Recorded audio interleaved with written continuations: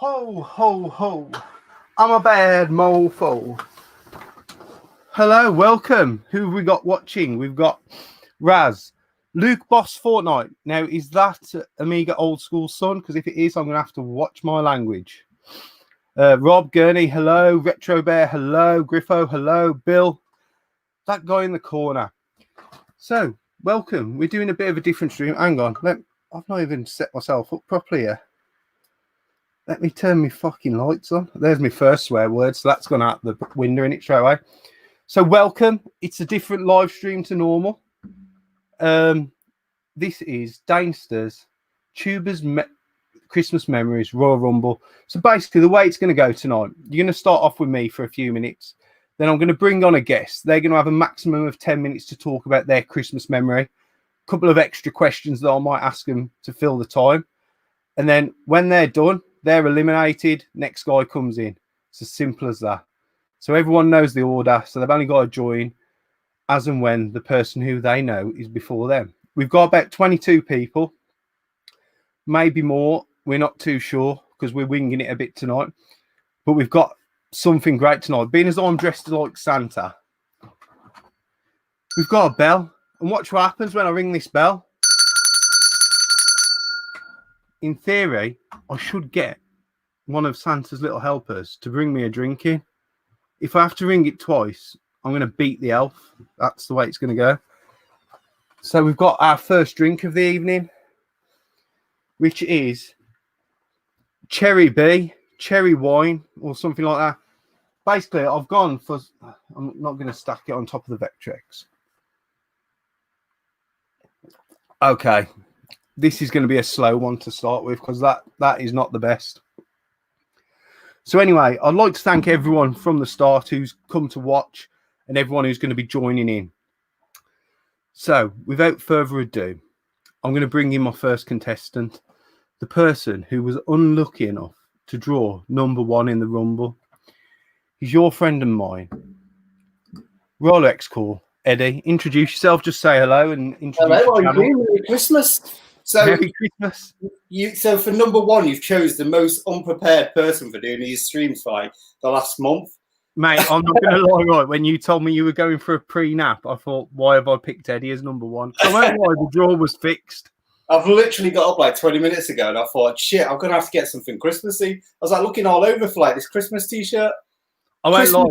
Christmas night sun in the background. You know what I mean? Proper Christmas here now. The Christmas jumper is probably about 8 years old. It's fitted me, not fitted me, and now it fits me again. Vintage. So yeah, cheers, mate. On the old wine as well. Oh, mate, it's Cherry B, man. Like how 80s, like 90s. I don't even know. You got a baby sham to go with it as well. Maybe later. They're all Christmas-inspired drinks. Oh, is it? Oh.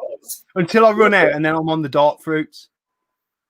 So, Eddie, I've picked you first, and I'm quite glad because yours could be the most unique memory of the moment because we're going to do it live, aren't we? Well, that's it. Like, when you asked it, we didn't know. Well, I was just going to look in my mind for a bit of a memory, but a couple of days ago, I got something through the post, and I was like, this looks amazing. I'm going to have to open this live on your stream because I'm not, to be honest, Christmas this year going to be a bit shit, really. So I'm not going to be able to go. I'm not going to be able to visit my family like quite a lot of other people are probably. So yeah, through the post, through quite a few YouTubers, I can see a couple of names on this screen now who's actually sent me. Oh shit! And it's broke already. This big box of stuff. Yeah, there was like a note and everything like that had a picture of me looking all glamorous and everything. Was it that picture of you that I had, your school photo? No, it was the one where I think I don't know who did it, but they turned me into a girl because as manly as I am, you probably couldn't imagine me looking like a girl. I look quite good as a girl on Al's stream. Guess who posted? To be fair, I thought I looked quite hot. To be fair. Yeah, well, I think everyone from this list has pretty much got laminated photos of that photo of me nowadays. Usual suspects, I'm guessing. So, yeah, I'm just going to... I can't find a note because, like I say, the most unprepared guest you could ever have. But fortunately, I took a picture of it. So yeah, from Cine Steve, this big box came from, and along with a few other people as well. And he's wrote the names down here of who's put together to get this present for me. You're probably best if you read it, Eddie, because in fact, yeah. I'm going to give you centre stage. I think I can do that. So first up, we've got Cine Steve sent me this. Then we've got Hyper Sealed X. Without further ado, Repro. Scammed outright culture. Cheers, mate. Gernaldinho plays Tat. Bad and Lads Gaming. Big Gay Al and Nath Retro Beard. So cheers for this, guys. I don't even know what it is, but it looks flipping amazing. So yeah, Chris jumper. It's a jumper. I'm guessing it's a jumper. Well, that's it. I've got an idea what it is. I got told to bring scissors. So yeah, Christmas memory. We're going to make it live here on the old channel. So let's go for it. So I'm going to do it we've got to do it traditional. I've got to do it all like proper nice and messy. I can see where the scissors bit's coming now. Fuck me, look at that. Sorry, mate, swearing on your channel. It's fine, mate. It's only, there's probably only one underage person. I'm not too worried. YouTube won't take me down. Cool. So, right, let's get into it. Now, I have got an idea what this is, but it could be completely different. Oh my goodness, this is amazing.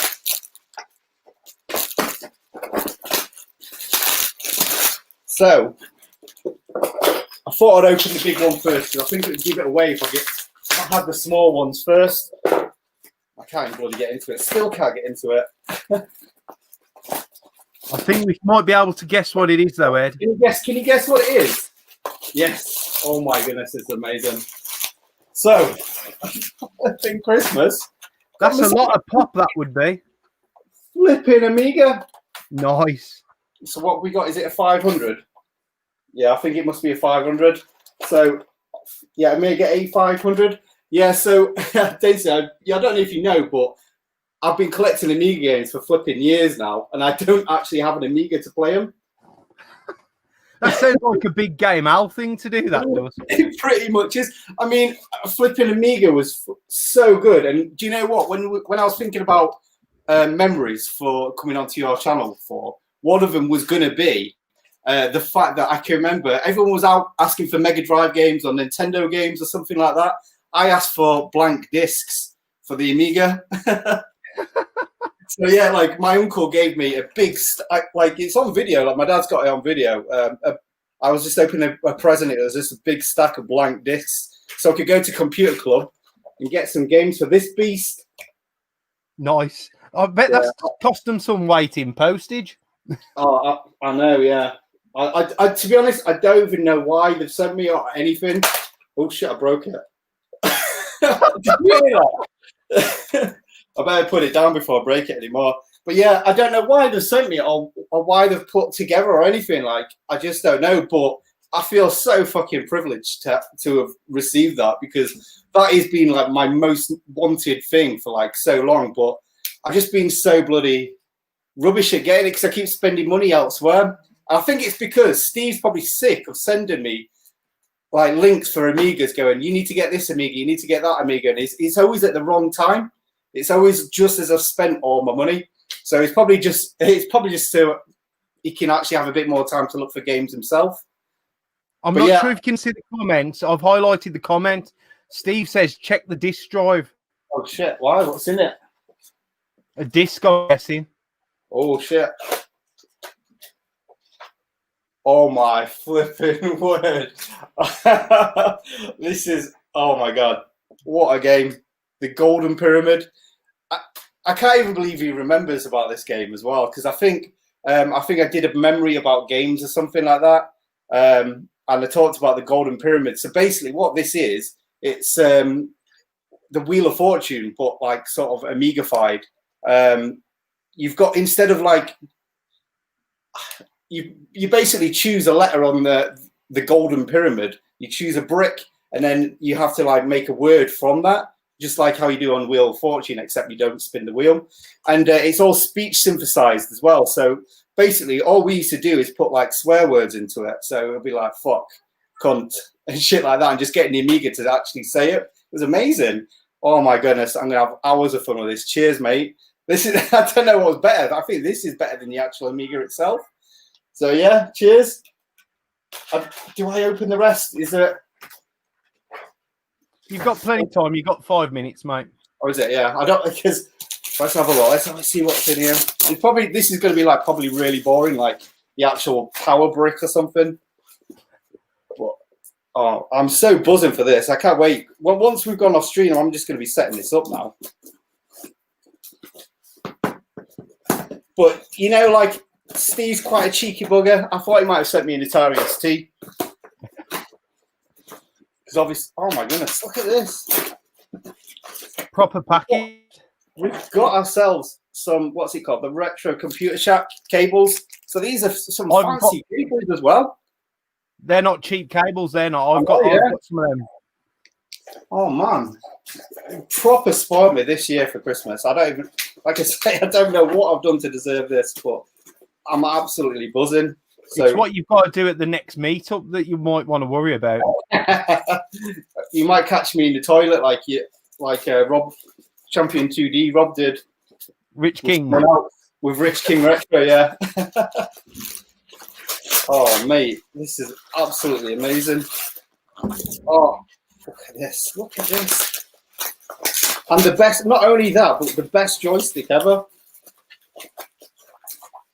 We've got ourselves a Competition Pro joystick as well. If anyone would like a Competition Pro joystick, I will have 2 for sale soon on my eBay once I've tested them. Just a cheaper plug there.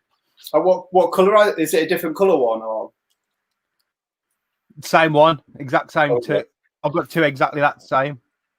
Well, do you know what? I'm going to have to subset the Competition Pro joysticks now. I've got an Amiga, aren't I? I'm going to have to go for them all. I think Steve's got them all, as far as I know.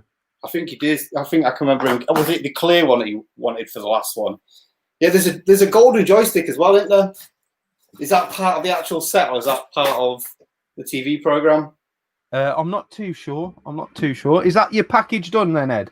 That is my package done. I'm absolutely buzzing. Like, this is the best Christmas I've had for a long time, honestly. Awesome. That just shows what the community's like and what a great good bunch of guys we've got all together who do kind gestures like that. Definitely. Definitely. I mean, I'm just blown away by the community. Yeah, they're a great bunch. Even me. I've got 2 questions that I'm going to try and ask everyone. So, what, as a child, was your favourite non-gaming gift? Non-gaming gift? I don't know, because I had quite a lot of gaming gifts. Probably a bike, really, because it used to get me out to go visit my mates and stuff. So, I absolutely love getting bikes for Christmas. Any particular bike? I know I had a Rally Inferno that was like a metallic green with orange speckled, splashed, like neon orange speckles all over it. Rally Inferno. I'm trying to think what the Inferno is. It like a fancy frame or anything? Or no, it was just a mountain bike. Me and my brother had matching ones, like, but I obviously had a smaller frame because I was younger than him. Well, probably not my favorite, as in like a lot of memories with it. But when I was older, probably about 16, I got myself a Muddy Fox rock and roll. And like that was like, you know, the first suspension frames that had like suspension on the front, back, middle. It looked really crazy. Like it didn't look like a normal bike. And it was like, I know it wasn't cheap either, but yeah, I got that one Christmas when I was about 16, and that was amazing. So I used to go down like a lot of dirt tracks and stuff on my bike. So bit like Gruss Newton on his new channel. That's what I was thinking. Yeah, a bit like Gruss does now. I watched his newest video actually today. It's quite cool. My second question, which I'm going to ask everyone, is what's your favourite Christmas song? Favourite Christmas song? Bloody hell. Do you know what? The Darkness. I actually... I knew you was going to say that. If I had to stereotypically pick a song for you, it would 100% be that. Like, they're so cheesy, but like, I don't know, there's something about them that you just can't hate. They're just so good. Like, they're the last people that have done a decent Christmas song as well. I don't think anyone after that has done a job like they have. I like proper Crimbo, but they don't play it anywhere anymore. Obviously, because of the masks he wears, which is ridiculous because he actually wears Mel B mask while singing with Mel B. Stood next Oh, to I know it. what you mean now. Yeah, I was thinking proper Griffo. Oh, Yeah. I suppose, yeah, well, that might be a contender of like a decent one. Yeah.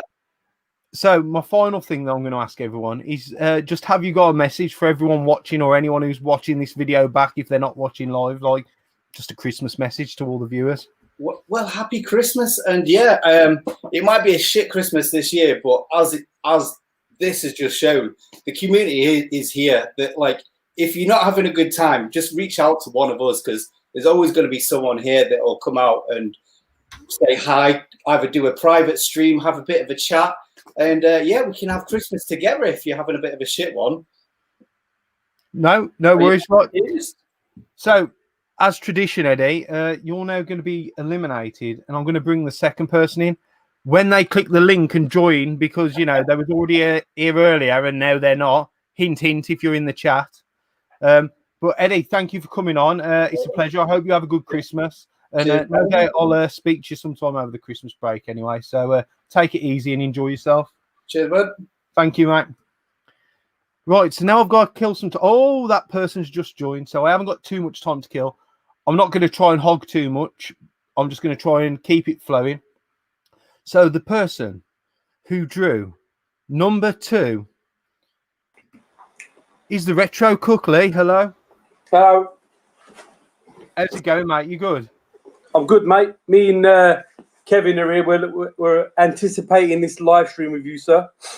Have you been eagerly waiting all day? Mate, I've been by the laptop all fucking. No, I haven't really, mate. I've been busy today. Is that a GameZone Birdroom t-shirt we're rocking here?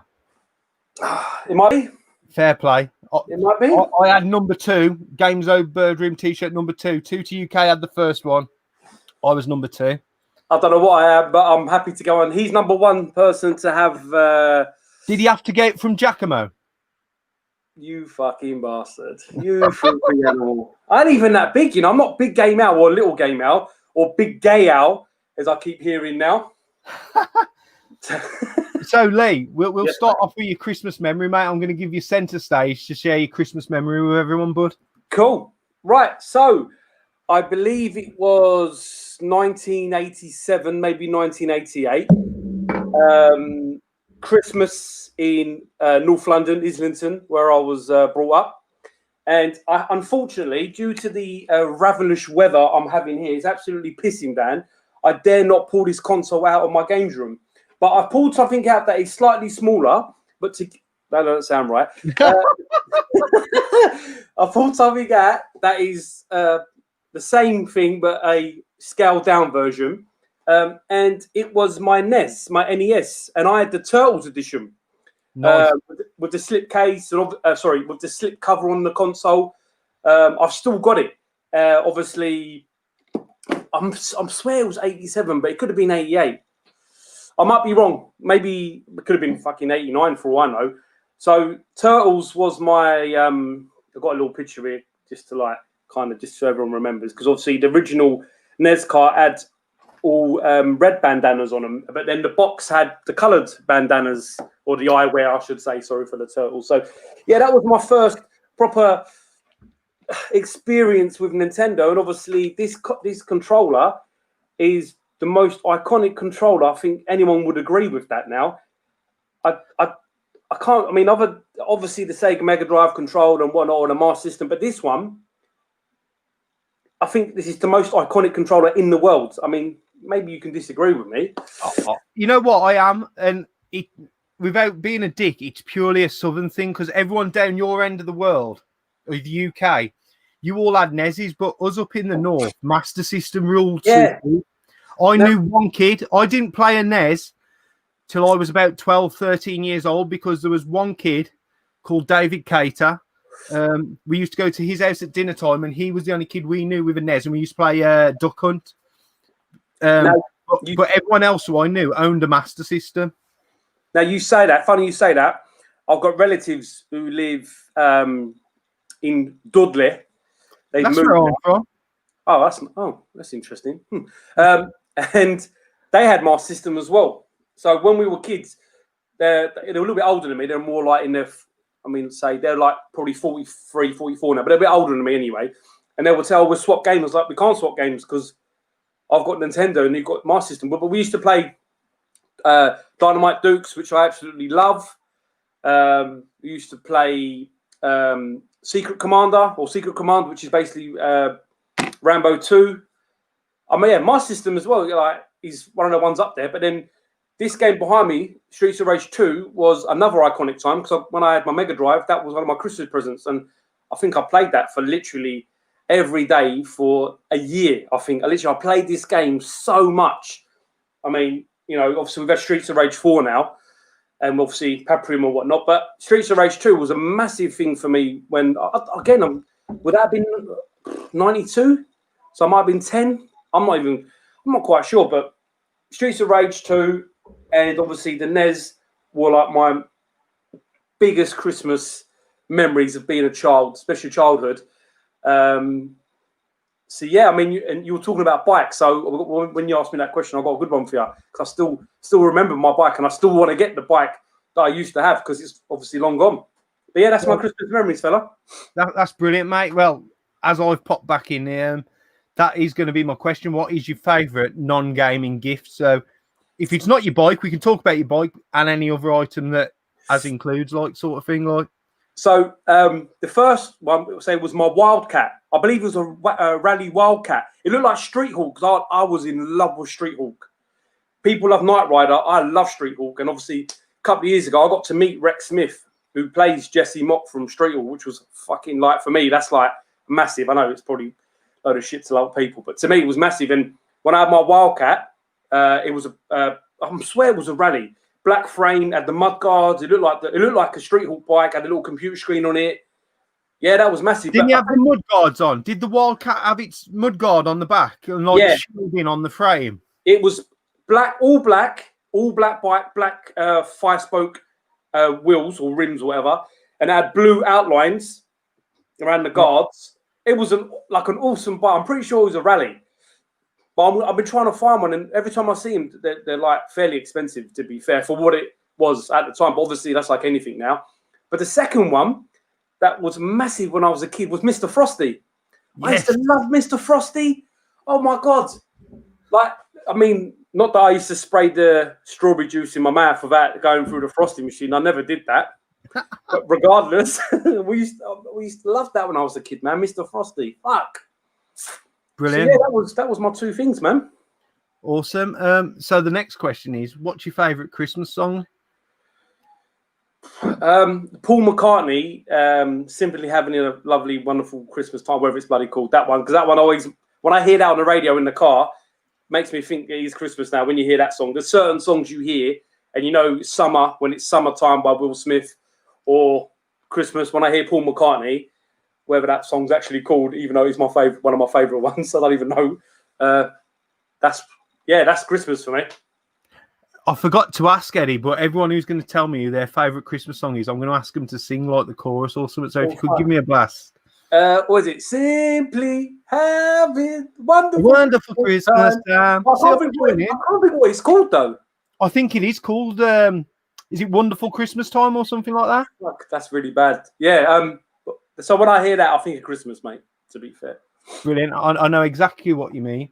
And you've got 1 minute. Yes, mate.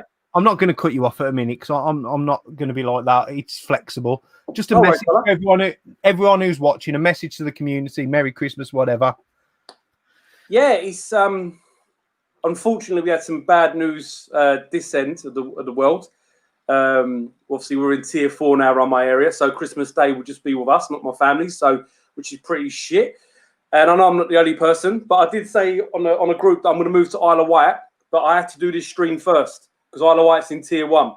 So I've got to start packing away and move. No, it's been great. I mean, I know it's been shit, as in we've been off, as in work and stuff, if you know what I mean. But I've really enjoyed my time off and been at home with the family and kind of getting back into YouTube. I've had a little bit of a push the last couple of weeks, and especially, to be honest, it was down to you, mate. I'm not going to lie to you. You know, being on your live stream back in April, I think it was, I started to get a bit of momentum. Listen, I love YouTube. purely because I get to speak to people like yourself who are just as fucking mad as me, or madder in your respect. I'll take that. Yeah, no, fair play. I mean, you are the second best looking person on YouTube behind me, so fair play to you.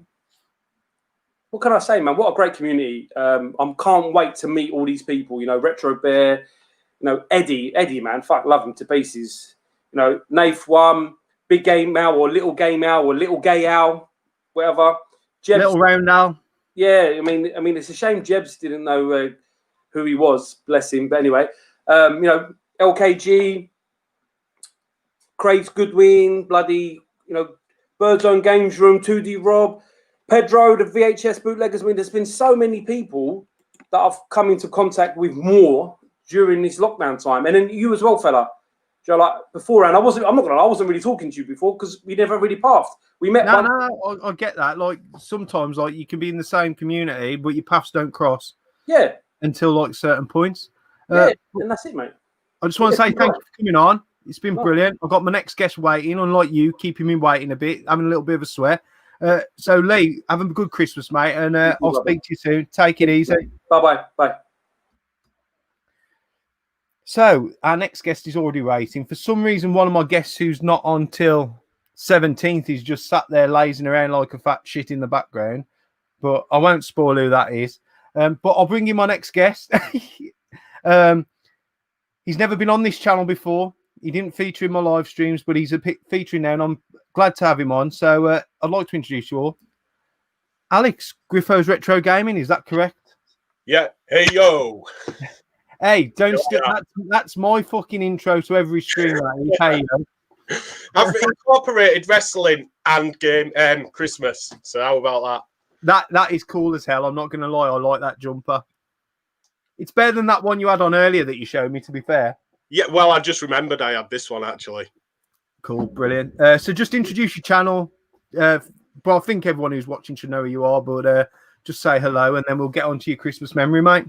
All right. My name's Alex Griffo, and my channel is Griffo's Retro Gaming. And just like everyone else in the community, I do pick up videos and reviews, things like that. Brilliant. So how long have you been doing the tubes now? Because I met you back in the last gaming event, which was also one of the first gaming events that I've been to this year in January, weren't you, at Leeds? Leeds, yeah. First time I met you. I've been doing this about 2 years or so, something like that. So I think I've been doing it 4 or 5. I wouldn't like to look back. I had a perm when I first started. I've seen. It was cool as fuck anyway. So I'm going to hand over centre stage to you now because this is all about you and your Christmas memory. So I'm going to let you share it with everyone. All right. Yeah, so gaming memory. Probably be the Game Boy. I know that's a Game Boy Color, but back in 1992, Christmas, I got a Game Boy packaged with Tetris, as I think all Game Boys were back then. And I got 3 games. I got Hyper Load Runner, which I didn't know anything about at the time. Dr. Mario and Super Mario Land, which is a bit of a different sort of Mario game, but it's still good in its own right. I think it's the best Mario game. Oh, do you really? I really like Super Mario.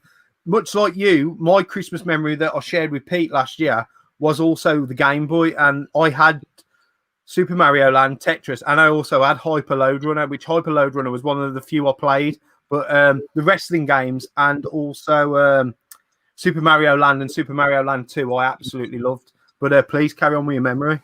Yeah, 6 Golden Coins was probably my favourite game, but I got that a bit later on. Yeah, and I just had it until, unfortunately, I had to.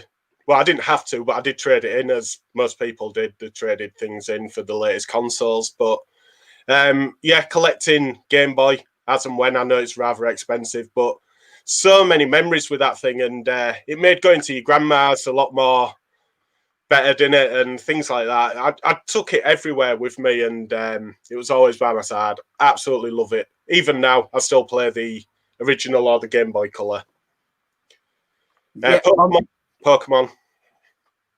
I played Pokemon Red, but the one thing I'll say is like that Game Boy used to go to social clubs with me every Friday and Saturday while Mum and Dad were listening to some shit singer.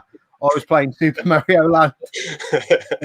That was the one thing I did love about the Game Boy, is you could take it anywhere, but the light were terrible on it. Did you have a magnifier with a light? Oh yeah. Used to play it with my bedside light as well.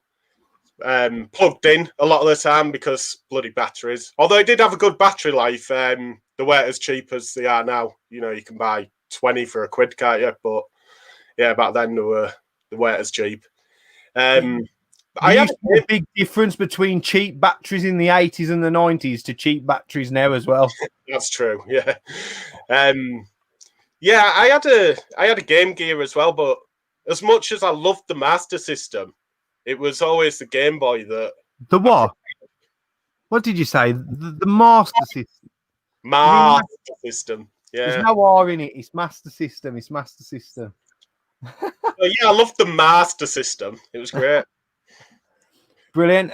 So that's very much a memory similar to myself. As I say, the Game Boy was...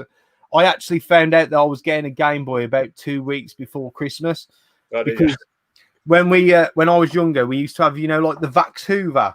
We used to have the box for that. But Mum and Dad used to fill it with newspapers because we still had a coal fire in the kitchen. Yeah. And we had rabbits. So, obviously, used to line the bottom of the rabbit cage with paper before putting sauce on. Well, I was rummaging through there and I found hid halfway down my Game Boy.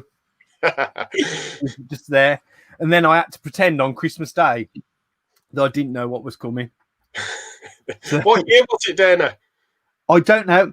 I've been meaning to, because obviously, because of what happened with my mom, I've been meaning to go around and go through all the old photos because I'd like some photos for myself. But I know my parents every Christmas used to take a picture of me with my Christmas presents. Yeah. I'd love to find them. I'd love to do some sort of collage of each year of what I used to have and stuff like that. Just for myself, really. So, because I was a sport little shit, to be fair, if I'm quite honest. So I'm going to ask you the 2 very important questions I've asked everyone so far. So what was your favourite non-gaming gift as a child? Probably the year after, and it was my collection of Hasbro wrestling figures. I've got that's a Reaper of the Rock. I'm going to show you now. These are 2 of my prized possessions in my games room. These were birthday presents. They were for my Auntie Joan, who's no longer with me. And they're the only thing that I refused to sell because they were presents for someone who'd passed away. And that's my Ultimate Warrior. That was a Series 1. Is that the World Belt? The World... Yeah, it's a World Belt. I've coloured it in myself with gold pen because the original one's always faded. And Jake the Snake Roberts with his snake. With Damien as well, nice. They were. I remember they were from the Argos catalogue. So I used to go around my Auntie Jones and circle what I wanted, and it was always a couple of action figures. And she got me those for my birthday, and they're the only thing that they'll probably be with me until I'm gone, sort of thing. I sold all mine, but I've only got about 20, and I pick them up at car boot sales. But I have got a sealed Big Boss Man. I've got a sealed Mr. Perfect blue outfit. Ooh. I've got a sealed Narcissist Lex Luger and a sealed Rockers. Nice. But I'm thinking of selling them because they're just in a box somewhere. They're not being displayed. They've got no sentimental value. So I think Lee at Sore Thumbs actually wants to buy them off me because he's a huge Hasbro wrestling figure collector sealed. He's got loads there for sale. So which ones do you remember having at Christmas? Is there any standout figure? I had loads. When I sold them, I had over 50. But my favourite one, because my favourite wrestlers were Jake the Snake, Big Boss Man, I suppose Hulk Hogan, although you realise what a titty is now, and Shawn Michaels. I did have him in the Rockers, but I had him as HBK as well. So they were my favourites. There was a few Undertaker ones as well. That was a nice figure, that was. The HBK is a nice figure as well, man, because he was one of the later ones. And my second question is, what's your favourite Christmas song? It's Wham! Last Christmas. Can I get the chorus from you? Do you want it? All right. Please. Last Christmas, I gave you my heart, but the very next day you gave it away. Yeah, big Brilliant. wham. So Brilliant. And my final thing to ask for you is just a message to the community and everyone watching, like Merry Christmas or whatever. Yeah, Merry Christmas to everyone that's watching and who may watch later on. And I just echo like Eddie and Retro Chef. You know, we're a great community, which I wasn't part of for about a year, but it's, you know, I feel a lot better being in the community. And if anyone is struggling or whatever, we're always here, any of us. And, you know, just get in touch. Or if not, if you just want to do a bit of drinking and bit of gaming, get in touch as well. Brilliant. So finally from me, thanks for coming on, Alex. Thanks for sharing your memory. It's been brilliant. And I'd just like to wish you a happy Christmas. You too, Dana. Thanks for having Brilliant, me. mate. Thank you, mate. Right, so we've got them queuing up backstage. What number? We've got contestant number 4, and this is the one contestant I have been waiting for the most. Just to introduce you all, GameZone Birdroom. Hello, mate. Brilliant, mate. You don't know how much I was itching to do that. You know what? I'm going to do you a little video that you can use randomly in one of your videos for an intro. And I think you should get everyone in the community to do that. You know what, mate? When you came up with that idea, I thought it was fucking brilliant. Awesome, mate. So how are you, James? You all Yeah, right? I've literally just got home about 30, 40 minutes ago. Brilliant. I appreciate you rushing back to be on the stream. That's it. All right. Brilliant. Thank you. Loving the hat. T-shirt on. That's me, that is. Danester t-shirt. I'm going to start selling them. Danester's give it to Christmas you. stream special. I'll give it to you for next year. Is it a medium? No, I'm a fat bastard, so it's an extra large. It might be a bit baggy on me. So I'm going to hand over now to you and give you centre stage to share your Christmas memory with everyone watching. Well, I've talked about the Mega Drive I got for Christmas, so I'm going to go now with 93, which was a fantastic Christmas. Got 3 fantastic games for that Christmas, and that was Virtual Racer. Actually, it might be 94. If anyone knows, put it in the comments. Super Street Fighter 2 and Zombies. 3 fantastic games. I got Zombies for the Christmas Eve, which I literally played all night and woke up and opened them 2 presents. So, yeah, it was a fucking fantastic Christmas. A lot of game playing. I didn't even want to come down for roast dinner. That's how bad it was. Brilliant, brilliant. I've not actually got Zombies on the Mega Drive. In fact, it's a game I've never played on any system. Oh, you should play it, Dane. It's such a quality game, especially with 2 players as well. You know what, mate? I'm just looking behind you and I've noticed one thing. Other than the subscribers and the people you've got watching your channel, your collection's healthily been growing over the year, hasn't it? Yeah, it's coming on a bit, isn't it?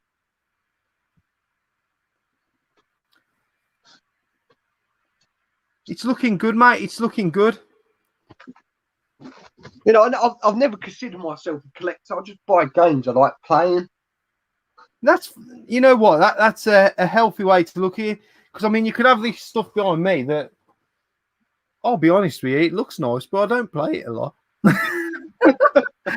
You know what's even worse? I buy several different formats to play it on. Like, you know, I bought that Retro Freak, so, you know, because I'm going to have that plugged in all the while, I'm going to play my games, but I don't.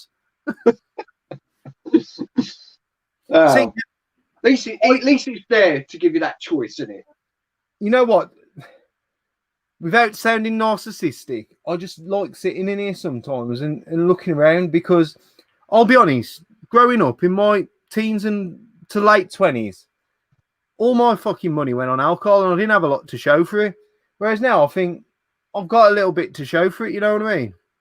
It's just, it brings back so much nostalgia, doesn't it? You know, I sit in here sometimes for an hour just watching with birds because, you know, I like to see what sort of condition they are. So by just watching them, you can see if they're, you know, feathers are a bit fluffed, if they're a bit ill. Yeah, and I just look around. It's brilliant. You talk about birds. I think I mentioned this when I had you on the stream, but I was a huge Timmy Malik fan growing up, still am. because I've got the fucking Mallet's mallet, and I watch his painting. But we used to have a cockatiel called Magic for obvious reasons. But I've still got the scars on my ears where it used to sit and peck my ears as a kid. I've still got some pretty good, decent bites on them cockatiels. Oh, yeah. Rocky, he's soppy as shit. He won't bite me. Also, my dad, I've tried to talk him into doing it, like, because now he's got a bit more time, but he won't. He used to breed birds when I was a kid. We used to have aviary out the back, and he used to breed all sorts of birds, finches, budgies, lovebirds. Oh, nice. He used to, like, so as a kid, like, animals were a huge thing in my family. We used to have the guinea pigs and everything in the little run at the bottom as well, and in their cage, guinea pigs, rabbits, all sorts of things like that. The animal man I was. Nothing wrong with that. Better than people, animals. Oh yeah, I like animals. I like my cats. If one of them come in here now, I like my cats more than I like people for sure. Now I'm hoping you're going to have an interesting answer to my first question. Well, I'll try my best. What is your favourite non-gaming gift? Two. There's two. First is my Teenage Mutant Ninja Turtle figures, or Hero Turtles, as it was known back in the day. We couldn't call them ninjas. It was no, it was too violent. Too violent. Take Mike and Angelo's nunchucks away from him for the grappling hook. But you know they could use lasers and nuclear weapons, but nunchucks, fucking no, that was. And my Hasbro wrestlers. Brilliant. Again, yeah, my Hasbro wrestlers. I will have to try and do a video, and my brother's got pretty much a full collection of it. I think it's missing the American Dream, Crush from the Demolitions, and one or two. Other than that, he's pretty much got the whole collection. Not like the original sets. Oh, and by the way, that Warrior is from Series 2. Is it Series 2? Which one's Series 1 then? Series 1 was the one that you pushed up and he... Oh, yeah, the shit one. Yeah. That's the best one, that is. He's got the best ring attire, I think, that one.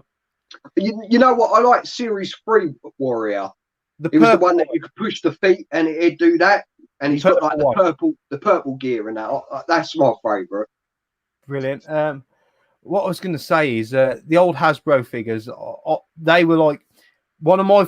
You know, when you're a kid, like all memories blur together. But the first thing I ever remember as a kid is watching Jake the Snake bite Macho Man Randy Savage on the arm. That's my first memory. Oh, that was amazing, wasn't it? I saw that at my sister's boyfriend at the time. He used to live the top of Russell's Hall, which only people who live by me know where that is. But I remember his house because he had cable before anyone else used to have cable, like, you know, because cable was a fucking rare thing then. And he also had an Atari 2600. And I remember playing Roadrunner on it. And them are like two of my earliest memories as ever as a kid. Brilliant. So, I think the first WrestleMania I watched was WrestleMania 5, and that was actually on Sky 1. Would that have been 88? 88? 89. 89, that was. Yeah, and I remember that's when I sort of fell in love with the Hulk. He took on Macho Man for the main event. Yeah. Then Kurt Russ, I found out he was a dickhead. So I played with Mick Foley. See, I don't feel so bad because I hated Hulk Hogan. I've always been an anti-hero sort of person. So the more they pushed someone down my throat, the more I was going to dislike them. I mean, they done such a great feud with that, though, didn't they? The Warrior and Hogan and the Rumble, when, you know, they just eliminated everyone. They turned around and looked at each other. And the energy, you could feel it. Because the feud used to build up over a year, not a month. Yeah, exactly. Yeah. I can't stand wrestling now. It's just lost that edge. I can't watch it. My second question I'm asking everyone: what's your favourite Christmas song? What's that one? Shaky Stevens. Merry Christmas, everyone. Can you give us a sing of it? Merry Christmas, everyone. That's about it. It's time for presents and celebrations. Brilliant. And the final thing I'm going to ask you to do, just send a message to everyone watching or anyone watching it back. Just Merry Christmas kind of thing, sort of thing. Guys, have a great Christmas. I know a lot of you can't be with your families. Come over to the island, right, and spend it with me. Brilliant. No, everyone, have a great Christmas. I know it's going to be hard, but just enjoy it for what it is. Spend time with your loved ones at home, and have a good one. Brilliant. Get And, picked, so you and don't finally remember. for me, I want to say thank you for coming on, James. No Thank you. problem, mate. Absolute pleasure. Thank you for being a brilliant YouTuber and a brilliant sport. And I don't know if I'm a good YouTuber. People watch my rubbish, so that's quite handy, isn't it? you know what? No one deserves any more success in YouTube than yourself, mate. You're a good, honest, genuine person. And thank you very much for coming on. Take it easy, mate. Take it Thanks. easy, everyone. Have a good Christmas. Cheers, James. Right, we're going to just leave my fifth entrance. Just waiting a sec because it's bell time. And let's see what lovely delight I have coming up next. Because that fucking Cherry B was horrible. Oh, brilliant. This one ain't going to last long. It's a Bailey's Christmas tradition. So before I take a swig of this, because this isn't going to take long to, I want to thank entrance number 5 on, because I really had to bend his arm. He doesn't like live streams, but he's a top person, and I enjoy playing Warzone with him. So it's Sean from Retrogamesrevived. He's part of the Wolfpack on Warzone. He's got his Christmas jumper on. What? Glitter here. Rudolph. And I've even got a Christmas glass. What are you drinking, Yeah, Sean? It's rum and coke, mate, but it's not just coke, it's cherry coke. Oh, I like a bit of a twist. No one's bothered about what coke's in it. What rum's in it? Dead man's fingers. Dead man's Dead finger. man's fingers. It's a nice rum. I do like it. Yeah. What's with that little bottle of Bailey's? Huh? You know, it's a Basically, big one. I know. I sent my missus out today. Just said, look, get me some Christmas-inspired drinks for me to drink as the stream goes on. So, like, really, this is a shot for me, bro. I'm going to nurse it a bit. I do like Bailey's. It's all right. I do. So, Sean, thank you for coming on. I'm going to do what I've done with everyone else and centre stage over to you to share your memory. Yeah. So I think, if I'm not mistaken, it were either the Christmas of '87 or a year later. This console that I got for Christmas were released in October '87. I mean, I was quite young then, so I can't quite remember if I got the console on that Christmas or the year after. But it was the Sega Master System. But The what? Sega Master System. Sega. Sega. It's fucking Sega. Fucking. Thought I got the Welsh lads on then. It's Sega. It's always been Sega. Carry on, mate. Carry on. Ignore me. It wasn't just the console. It was the Sega Scope Pack, if you can remember that. Had the light phaser and the 3D glasses. I do believe I got Maze Hunter 3D, which I had to look up the other day actually because my memory were a bit vague on that game. But once I saw it on YouTube playing, it did bring back some memories. But the main game that I got for it at some point was Space Harrier 3D. Everybody knows that, I'm a massive fan of Space Harrier. So to get Space Harrier 3D, we're even better. And I really enjoyed it. I enjoyed the system. That was the first ever Master System I got. Absolutely cracking system. But to get Space Harrier 3D as well, just topped it off. So that is a really nice memory, Christmas memory for me. It were a complete surprise as well getting it. Never even know that my mum and dad were going to get me it. So that was, like I said, I think it was 87 or 88 year after. Yeah. Not to make you feel old, Sean, but I was about 4 when I got that present. You got 4, that. were you? You were. I was about 4 when you got that present. But I've got loads of love for the Master System, as I mentioned when I was talking to Lee. We only had the Mark IIs. Me and my brother, we both had a Mark II. Before then, we had home computers. But Psycho Fox, I sing the praise of Psycho Fox so much because I played that game more than I played Sonic and stuff like that. I love that game. Yeah. One game I used to love, and it took me ages to work out what game it was Teddy Boy. Recently, all I could remember was it was a platform game, and there were little caterpillar type things, and they shrunk when you shot them. Took me ages to find out what it was.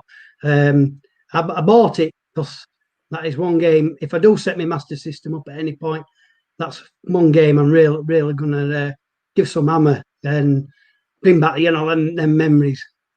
Everyone goes on about the NES Zapper, but I had the light phaser for the Master System, and I used to love Bank Panic. How good a game was Bank Panic? And is it Space Gun? Space Gun. Space Gun. It's like an alien shooter, and I'll tell you what, it's a good game. It's a really good game. In fact, I've got 2 empty boxes up there, and I need to get a copy of it because I want to play that game because that's one of the games I had in my collection for a long time and played a lot of. So thanks for sharing your memory, Sean. Now we've got 2 important questions. Yeah. What was your favourite non-gaming gift as a child? Well, it's a bike again. My BMX. I can't remember the exact model of it though. I just know it was red and white. I went everywhere on that bike, and at the time it was BMX craze. Where I lived in Featherstone, they opened up a BMX track, and they actually held events and races there regular. And I never won any because my BMX was like a poor kids BMX. It didn't have mags on. I didn't have mags. I just had spokes. So it was a bit heavier than most BMXs. But yeah, I also was tempted to say a game that I got, and it was Crossfire. I don't know if you can remember it. It was like a little arena with 2 plastic guns on end, and you fired ball bearings at each other, trying to score a goal. It was mental. I mean, to play it these days, kids, they take one look at it probably and say, "What's that?" That's going to last me 5 minutes. You know what? You've just made me remember of a Christmas gift I used to get, and it was a ball bearing game, but you had a gun, and it was like a shooting gallery, so like it was all self-contained, and you used to. But it was a Batman one to do with the first Batman film. Yeah. So like it was a self-contained square box with the gun on the outside, and you used to shoot the ball bearings internally, if that makes sense. So it didn't ricochet out. That's just come back to me that I completely forgot about even owning that. So you mentioned about the ball bearings. Again, I don't know what year that is. I'm guessing probably about 89 or 90. That was when the Batman film came out. So and the final question I'm going to ask you: what's your favourite Christmas song? Oh, it's the one and only Fairy Tale of New York, by Pogues. Classic. Are you going to give me a little bit of a sing of it? I'll give it a little go. And the boys of the NYPD choir still singing Galway Bay, and the bells were ringing out for Christmas Day. Brilliant. Good sport, Sean. Good sport. And then the final thing I'm going to say, have you got a message for everyone watching or anyone watching it back? Just a Christmas message for the whole community, really. I have, mate, and I'm prepared actually because I'm going to propose a toast. This is a B-52 homemade. I'm going to propose a toast to everyone in community. Everybody's great. And, let's hope that we can get to some events soon, meet up, have a laugh, some beers, and have a good time. So here's to everyone in community. Cheers. Cheers. That Bailey's ain't lasted me long, has it really? Brilliant, Sean. Thank you, mate. Because I know you're not a massive fan of coming on live, but you've been brilliant. You're a superb sport, and everyone in the community loves you, Sean. You're one of the most generous people in it. So I just want to personally say thank you for being on, and have a Merry Christmas to you and your family, mate. Thank you, mate. Cheers. Cheers. Thank you, Sean. Right. I'm going to have to ring this bell again, So Corby not having a drink. So, we're getting rid of the Baileys, that's for sure.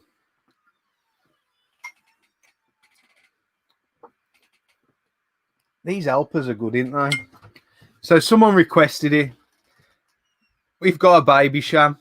I remember my mum having a set of the glasses of these and snowballs were the only things my mum used to drink at Christmas. So cheers, everyone. Fucking hell. It would have to be Christmas to drink this shit, to be fair. So the next person who's on, I don't know how to introduce him other than pronouncing his channel wrong like everyone else does. So I'd like to welcome you all to One Trip Pete. Cheers. You know what? You know how petrified I was by seeing that name. I was thinking, oh, it's Tony's stream all over again. Oh no, One Trip Pete in the house. How's it going, Cheers. Pete? You all right, mate? Cheers, mate.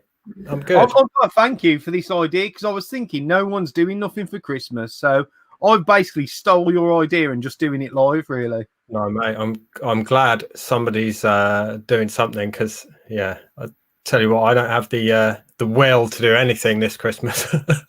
You know what? At least it's getting us all having a drink together is the way I see it. Yeah, cheers. And you, mate. So what I'm going to do is hand straight over to you to share your Christmas memory with everyone, mate. Well, do you know what? I might modify my Christmas memory a bit because Alex touched on it a bit. So my memory was going to be my Game Boy, and this isn't my original, but this is the pack I got. You know, the one with the Tetris. And I think because it came out like September 1990, so I think it might have been 1990. I got this. Possibly because my birthday's in December, so I always kind of put them together. But then I didn't get anything for my birthday, and my mum would always make me wait till Christmas Day. Do you know what I mean? To get any toys. So I got this Game Boy with Tetris, and I remember I got this the same Christmas, Mario Land. But I know that's been discussed a bit, so I'm going to fast forward a bit to Christmas '93. So I would have just turned 13. So I was 13 that December, and I got Link's Awakening on the Game Boy, and that was just next level. Like, I loved my Game Boy so much, but having this game was more than just a sort of sit down and have a quick blast game. This was like really meaty. I could sit there for hours and play it, and it was like this whole adventure, and it was just like nothing else we'd seen on handheld gaming before. You know, I grew up playing like LCD games and Game & Watch, but to have something like this on a handheld, it was just blew my mind. And this is still one of my favorite games of all time. I think thanks to back then when, you know, there'd be a rainy day and I'd sit in for literally like 6 hours on the sofa until my batteries died playing this game. Absolutely superb game. Would that have been one of the first games with a save state as well? I don't know, actually. I think I know Mario Land 2 had a save thing. Yeah, it did, yeah. I don't know if that might come out just before. I think that was before 93. But it certainly wasn't common when Zelda came out, having saves like that. Because I remember, like, with the Game Boy, it was, like you say, with the old LCD games, it was like you had to play to get as far as you could.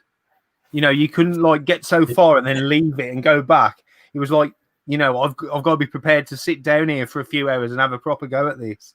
Yeah, I mean, I used to leave my consoles on overnight and come back to them the next day because you couldn't turn it off, you know. But I remember on the Zelda, like, you could name your character because it named it Link, the save file, but you could call yourself whatever you want. You know, if you want to call yourself Pete or Cunt or whatever you want. And if you go into the shop and you can rob the shop, and then if you do rob the shop, your save state forever changes to Thief, and everyone in the game refers to you as Thief. Talking about save states, I recently bought, well, say recently, it was probably about 18 months ago, a girl who I knew, I bought an N64 for her, and it got, I think it was one of the Zelda games. So when I go to resell stuff, I obviously delete all the save files, and I just sent her a screenshot because the save file was just cunt. That's all it said. Nice. I said, you didn't let your little lad play this, did you? Said, no, it was my ex-boyfriend's. I said, oh, it's a good job then. I said, because look at your save file names. But I've also got the same Game Boy pack as you because this is the one I had as a kid as well. Oh, nice. I did, when I picked another one up for my collection, it was the smaller box variant, but then I came across this one and swapped it out because, as you say, that was the one I found hiding inside halfway of a Vax Hoover box, that was. It's like you were saying earlier on the stream about you know, in your teens and 20s, just spending all your money on drink and drugs and stuff, which I did the same. And now it's nice to have stuff and look at it. And that Game Boy box is one of the things I look at in this room that gives me the most nostalgia, that box, you know. Oh God, I only have to look at certain games like see, because me and my brother were massively competitive, and I won't remember the game. I'll remember an argument we had about that game. Like me and my brother have literally, like, because we used to have rooms opposite each other. We'd go and we'd be fighting in the hallway. Bearing in mind he's 13 years older than me, we'd be scrapping over a game. So I'll just look over and I think I remember falling out with my brother over that.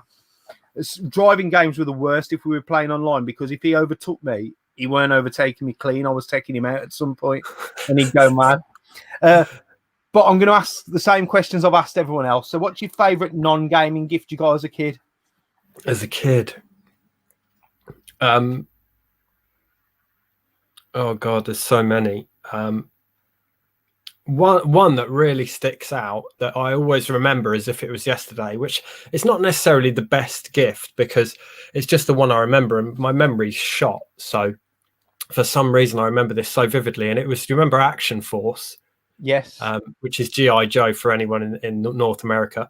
And Action Force was huge in the 80s. And I asked for, it must have been one of those combined presents because I remember it was about 40 quid, which was extortionate at the time, which is nothing to kids these days. But it was an Action Force boat, and it was a proper like assault boat thing. It was absolute tits, and I had quite a few of the figures already. So getting that boat, I just remember being so pumped for that, man. It was so awesome. I don't know about anyone else, but as a kid, I used to have a set of toys that were like my bath time toys, and I had all the Aqua Force. You know, like the divers. Yeah, I had the guy with the flippers and that. Yeah. I had all them. They were my bath time toys. They were. Nice. And some, I think it was either Fisher Price or Tommy, a turtle whose head used to pop up. Randomly. I used to call him Tommy Turtlehead, which was reference to something else in our house as well. Love it. So my second question I'm asking, what's your favourite Christmas song? I don't know if I have a favourite Christmas song. What do I like? What's that one? Santa Claus is Coming to Town. I quite like that. It's like a cheesy one, you know. Yeah. Can you give us a little sing of it? What is it? You know, he sees you when you're sleeping. He knows when you're awake. He knows if you've been bad or good. So be good for goodness sake. I mean, it's classic, man. You can't, Brilliant. You can't not smile. At least I'm getting everyone to have a little bit of a Christmas sing along tonight. Yeah. It's making my cheeks glow even more. And my final thing that I'm going to get everyone to do is just a message for everyone in the community who's watching this video back. Like, what do I want to send a message? Yeah, like Merry Christmas. I'll give my message in the form of a poem, if I may, a Christmas poem. Of course you can. Santa sees you when you're sleeping, to sleep perchance to dream. Now don't be a cunt this Christmas and leave a like on Dana's stream. Mate, that's brilliant. I just want to personally thank you for taking your time to come on and join in with the stream. And as I say, the video that you did last year was the inspiration for this. So thank you, and I want to wish you a Merry Christmas, mate. Merry Christmas. Absolute pleasure. Thanks for having me. Cheers. Thank you, Pete, mate. So we're flying through. We're on entrant number 7. Unfortunately, couldn't make it with us tonight. So we'll be going on to the person who drew number 8 originally, who is now number 7. He may have a greyer beard than me. I'm not too sure. It's the one, the only. Tito Santana, Retro Bear. He's got to be the shittest wrestler ever, El Matador. Yes, but he was entrant number 7 in the greatest Royal Rumble of all time, 1992. I like what you've done. So that's why it's there, you see. I've done my research. Brilliant. I like that. I really do. Right. So hello and welcome for a start. It's a good job the guy. It's a good job the guy who pulled out before me was, because I'd been Max Moon otherwise. Oh, I like Max Moon. That was no. Paul Conan Diamond originally. That was Conan originally. Conan. It was Paul Diamond originally, wasn't it? Yeah, and then Conan played him for a bit, and then they just scrapped it off altogether. Ah, right, there you go. So I just want to say welcome to the stream, and thank you for coming on and advertising your merchandise hat. and thank you for the tribute with the beard and everything. I really do appreciate that. No worries. I think I've got a little bit too much grey for yours. I'm not too sure. It gets more black as it grows out for some reason. I don't understand it. You cut it short, it's all grey, and then until it grows out, it starts going black. Brilliant. So what I'm going to do is hand centre stage over to you to share your Christmas memory, mate. Right. Okay. Well, this is a bit of a strange one. I'm just trying to remember what year it was exactly when this happened, but probably 1991, 92, maybe something like that. I always used to go sort of fishing around the house looking for what may have been bought for Christmas. And this particular year, I found this sort of rather large sort of box-shape item, which on touching it and inspecting it felt like a box. And I thought, oh, I expect that's possibly going to be some sort of console or a games thing like that. I'd convinced myself it was. Okay. I think at the time it might have been the Street Fighter 2 Super Nintendo, something like that when it came out. So I'm sitting there thinking, I'm going to get this. My mates say, no, do you know what you're going to get for Christmas? I'm saying, yeah, I'm probably going to get a Super Nintendo this year. Great. They've all got Super Nintendos. I can join in. So as you can imagine, Christmas morning comes along, all the presents are downstairs, and there's this sort of like box-shaped thing in the corner. So I leave it to the very end. Your parents used to say, oh, no, don't open that one yet. Open that one last of all, or they give you something, the last thing you get there. So I leave this thing to last of all, and I'm really excited about opening this up. So I open this up, and you can almost feel my pain now, because someone had lovingly, and probably thoughtfully, decided to buy me a suitcase. It was a suitcase. I don't know why somebody would buy me a suitcase. Do I look like Paddington? I have absolutely no idea why that was purchased. So you can imagine my crushing disappointment that it wasn't a Super Nintendo box for Christmas. It was actually a suitcase. And of course, when my mate saw me after Christmas, said, oh, did you get the Super Nintendo? No, don't talk about it. Don't talk about it. Fucking. You know what? I'm going to join here and I'll share my Christmas pain. And it's not the Barcode Battler, although the Barcode Battler did ruin a Christmas. That's terrible. My Auntie Joan, God bless, the one who got me the Hasbro figures, she used to put mine, my brother's, my sister's, mum and dad's presents all in one bag, all together, send them over as you do, like exchanging gifts. Well, the labels must have fell off and my mum's just guessed and put them back on. So anyway, I know my Auntie Joan should have bought me a Terminator 2 figure, the Arnold Schwarzenegger one with the battle damage, the gold under thing. So I already kind of know what I should be getting in one of the action figures. And I'm feeling it. And it's like a jumper or something, you know what I mean? I'm like, what the fuck's this like sort of thing? So anyway, I open it and it's like a woman's crop top. So you can imagine the look on my face. And as a child, I was pretty much as rude as I am now and unable to hold my feelings. Yeah. And I was thinking, I probably didn't. Well, I probably did. So I swore a lot as a young child as well. And I think I went to my mum and went, what the fuck's this? And my mum's laughing because I always used to go to mum and dad's bedroom. Because I'm talking, I was a little kid here, open the presents. And she's just laughing because obviously she realizes at that point my sister's got a Terminator 2 action figure. Because I'd opened the wrong present because she'd put the wrong label on. I think I walked into my sister's room, not the door, because my sister and my brother were quite a bit older than me. They were probably at the age where they'd gone out and got smashed. And I'm going, I want my present. And I'm just chucking this top at her and she's going, like, what the fuck? So you must have wondered what was going on. Yeah. At least it wasn't a suitcase.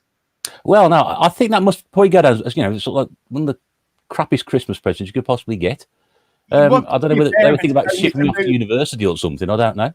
I was going to say, were they packing off and like saying, go on, get on the train? It was a pretty big hint, to be honest with you, wasn't it? Sort of left at the railway station with a duffel coat and a marmalade sandwich and a suitcase, and off we go. Brilliant. So the next thing I'm going to ask, what's your favourite non-gaming gift you ever got for Christmas? Man, well, I've been thinking about going back to my childhood. And luckily, I mean, just listened to Pete talking before, and it sort of like triggered something that went off because I was really sort of struggling for something from my childhood. Not saying I had crappy Christmases, I had suitcases every year, so that sort of stuff I used to get. But it was probably, I remember I've certainly had Star Wars stuff for Christmas when I was a kid, so I'm pretty sure probably the Attack Walker was one of them. Nice. I mean, that was a big beast of a sort with a light bulb. I remember underneath, where you could sort of like there was a gun inside the body of it attached to the head, so you move the head around, there was like a trigger on there and it would like pump the pistons at the front of the head of it, and the light bulb would light underneath and sort of like do a firing sort of thing. So one of those certainly. and I'm pretty sure probably an X-Wing as well. But we're just talking downstairs with Mrs. Bear about this, and I just want to show this off as well, because she got me this one Christmas, which is the Monty Python box set. Yeah, it's got all the TV series, all the film in there, and other bits and pieces. Also came with a T-shirt, which I've still got, which I'll just show you as well. But she bought me that about 15 years ago. There's a T-shirt with it, so it still fits just about. You know, I've put a lot of weight on the since then. But also it came with this, which is I've never actually opened. I'll just show you that. And that's an inflatable dead parrot. You should I've never actually opened it. It's what, sorry? You could send that to James, GameZone Birdroom. Yeah, I could do, yeah. But yeah, I've never actually opened that either side, but that came as part of it as well. But that's probably one of the, you know, sort of non-gaming ones that I've had over the years. But the Star Wars stuff when I was a kid, and certainly that one, you know, in the last sort of 15, 20 years or so, have been pretty big. Oh, I like what you've done there, because you obviously know Mrs. Bear is a huge fan of my channel and watching. You've scored some awesome brownie points there. Why is that? Bringing on the Monty Python thing that she got you. Yeah. Well, she doesn't like Monty Python, so it's probably a great pain for her to buy it. She can't stand it. She cannot stand it. It's just me. Fair enough. I must admit, it's not my cup of tea either, but I'm not a fan of comedy that much. I do like Faulty Towers, though, for some reason. Probably because it's offensive. Mainly. Well, yes, yeah, that's it, isn't it? I mean, some of that stuff is pretty close to the mark. So I've got some of the live CDs. Certainly, a couple of those are pretty. You know, you wouldn't be able to get away with some of the stuff now. But there you go. No, and it'll all be lost soon when we have to burn it from our memories. Let's hope not. Yeah. My second question is, what's your favourite Christmas song? Well, again, I've been thinking about this as well. I don't really. I'm not a massive fan of Christmas music, especially after what Retro Chef said earlier about that McCartney song. Gee, I mean, he must be tone deaf or something. I don't know what it is. It's one of the worst songs I hear. As soon as it's one of those songs that I hear, I think, flipping heck, it must be Christmas, because that's the only time they play that bloody song. And there's that Mike Oldfield one, which I don't know the title of it, but every time I hear that one as well, as soon as that starts up, I'm thinking, yeah, it's definitely Christmas. I don't really go in for Christmas music. I've over the last couple of years or so, if I have an appreciation for it, and I'm not being a bad sport, but please don't ask me to sing it because I don't know any of the words in it. But there's a Cyndi Lauper song, which I think is called "Early Christmas Morning," which is it's a nice little tune. That one, not as particularly well known or not, I don't know, but I don't know the words. I'm afraid I just hear it in the background and go, "That's nice." I noticed you mentioned Proper Crimbo at the start as well, which I heard a few years back, and I thought, oh, it's quite a decent little tune, that one. But how else can you beat a song with lyrics so excited you might wee? Yeah. Well, it appeals to certain people's sense of humour, doesn't it? You know, so it works like that. But Christmas music has its place. It's nice. You know, if I'm sitting there on Christmas Day, got it in the background and what have you, it's all very well and good. But I don't get too excited about it. But yeah, that Cyndi Lauper song's all right, I think. Fair play. Well, being as I don't know it, I won't ask you to sing it either because I can't join in. So that's okay. The final thing to be said is, do you have a message? Well, you need to have a message for everyone watching, or whoever's going to watch this back. Just a Merry Christmas message for everyone, really. Yeah, well, I mean, as everybody said so far, it's not going to change a great deal. Firstly, Dana, Merry Christmas to you, and thank you again from everybody for all you've done this year, for everybody in the community bringing us all together. It's been absolutely brilliant to be part of all these, and great to talking to you and all the guys and the girls out there. Just want to wish everybody a very happy Christmas, and have a safe Christmas and a safe New Year as well. And hopefully in 2021 things will start to improve, and we'll 12 months time we'll all be sitting here and doing something completely different, I hope. But do enjoy it, drink lots, eat lots, and just put your feet up and have a rest. Brilliant. And finally from me, thanks for giving up your time, Russ, to be on here tonight. I appreciate it. Always have a great time with you on the stream, mate. And I just want to wish you and Mrs. Bear a very Merry Christmas, mate.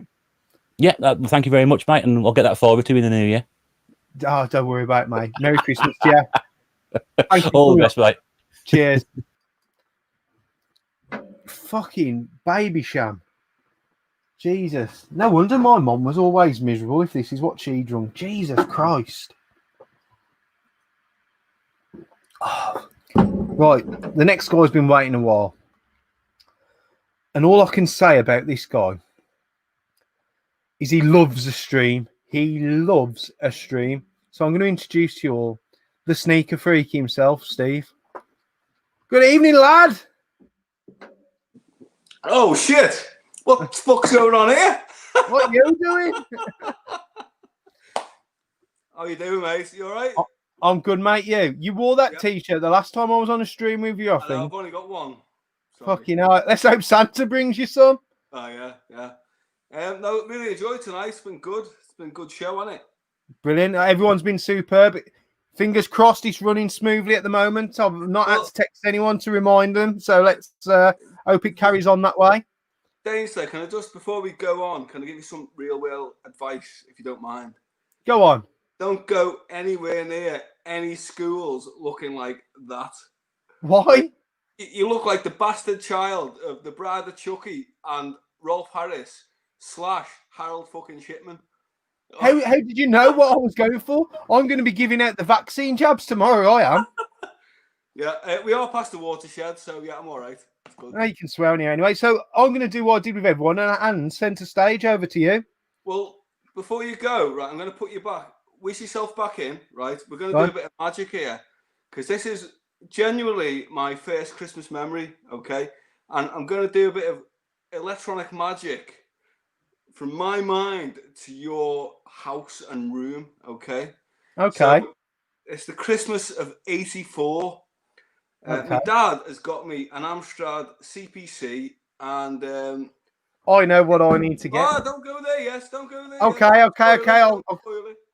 And my dad got this Amstrad. He got this computer, and it was 1984. He didn't know what the fuck a computer was, okay?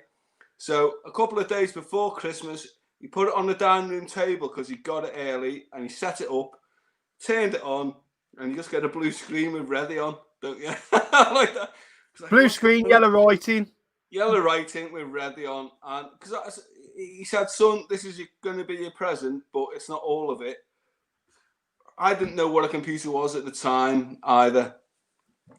So anyway, I think it was Christmas Eve. He come back from work, right, with a box, a big, colourful, flat box, right. Now, what things did you have as a kid that were colourful and flat boxes? I thought it was a selection box, right? Which was a Cadbury selection box full of chocolate stuff and all this. Fantastic stuff. But it wasn't, right? I'm going to go like this now.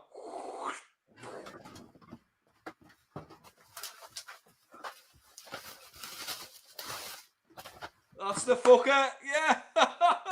It's the Amsoft 12 pack, baby. Now, it looks quite like a selection box to a 6-year-old's eyes, doesn't it, from a distance? Right? It's normally the Amstrad that choose these, though, and not kids.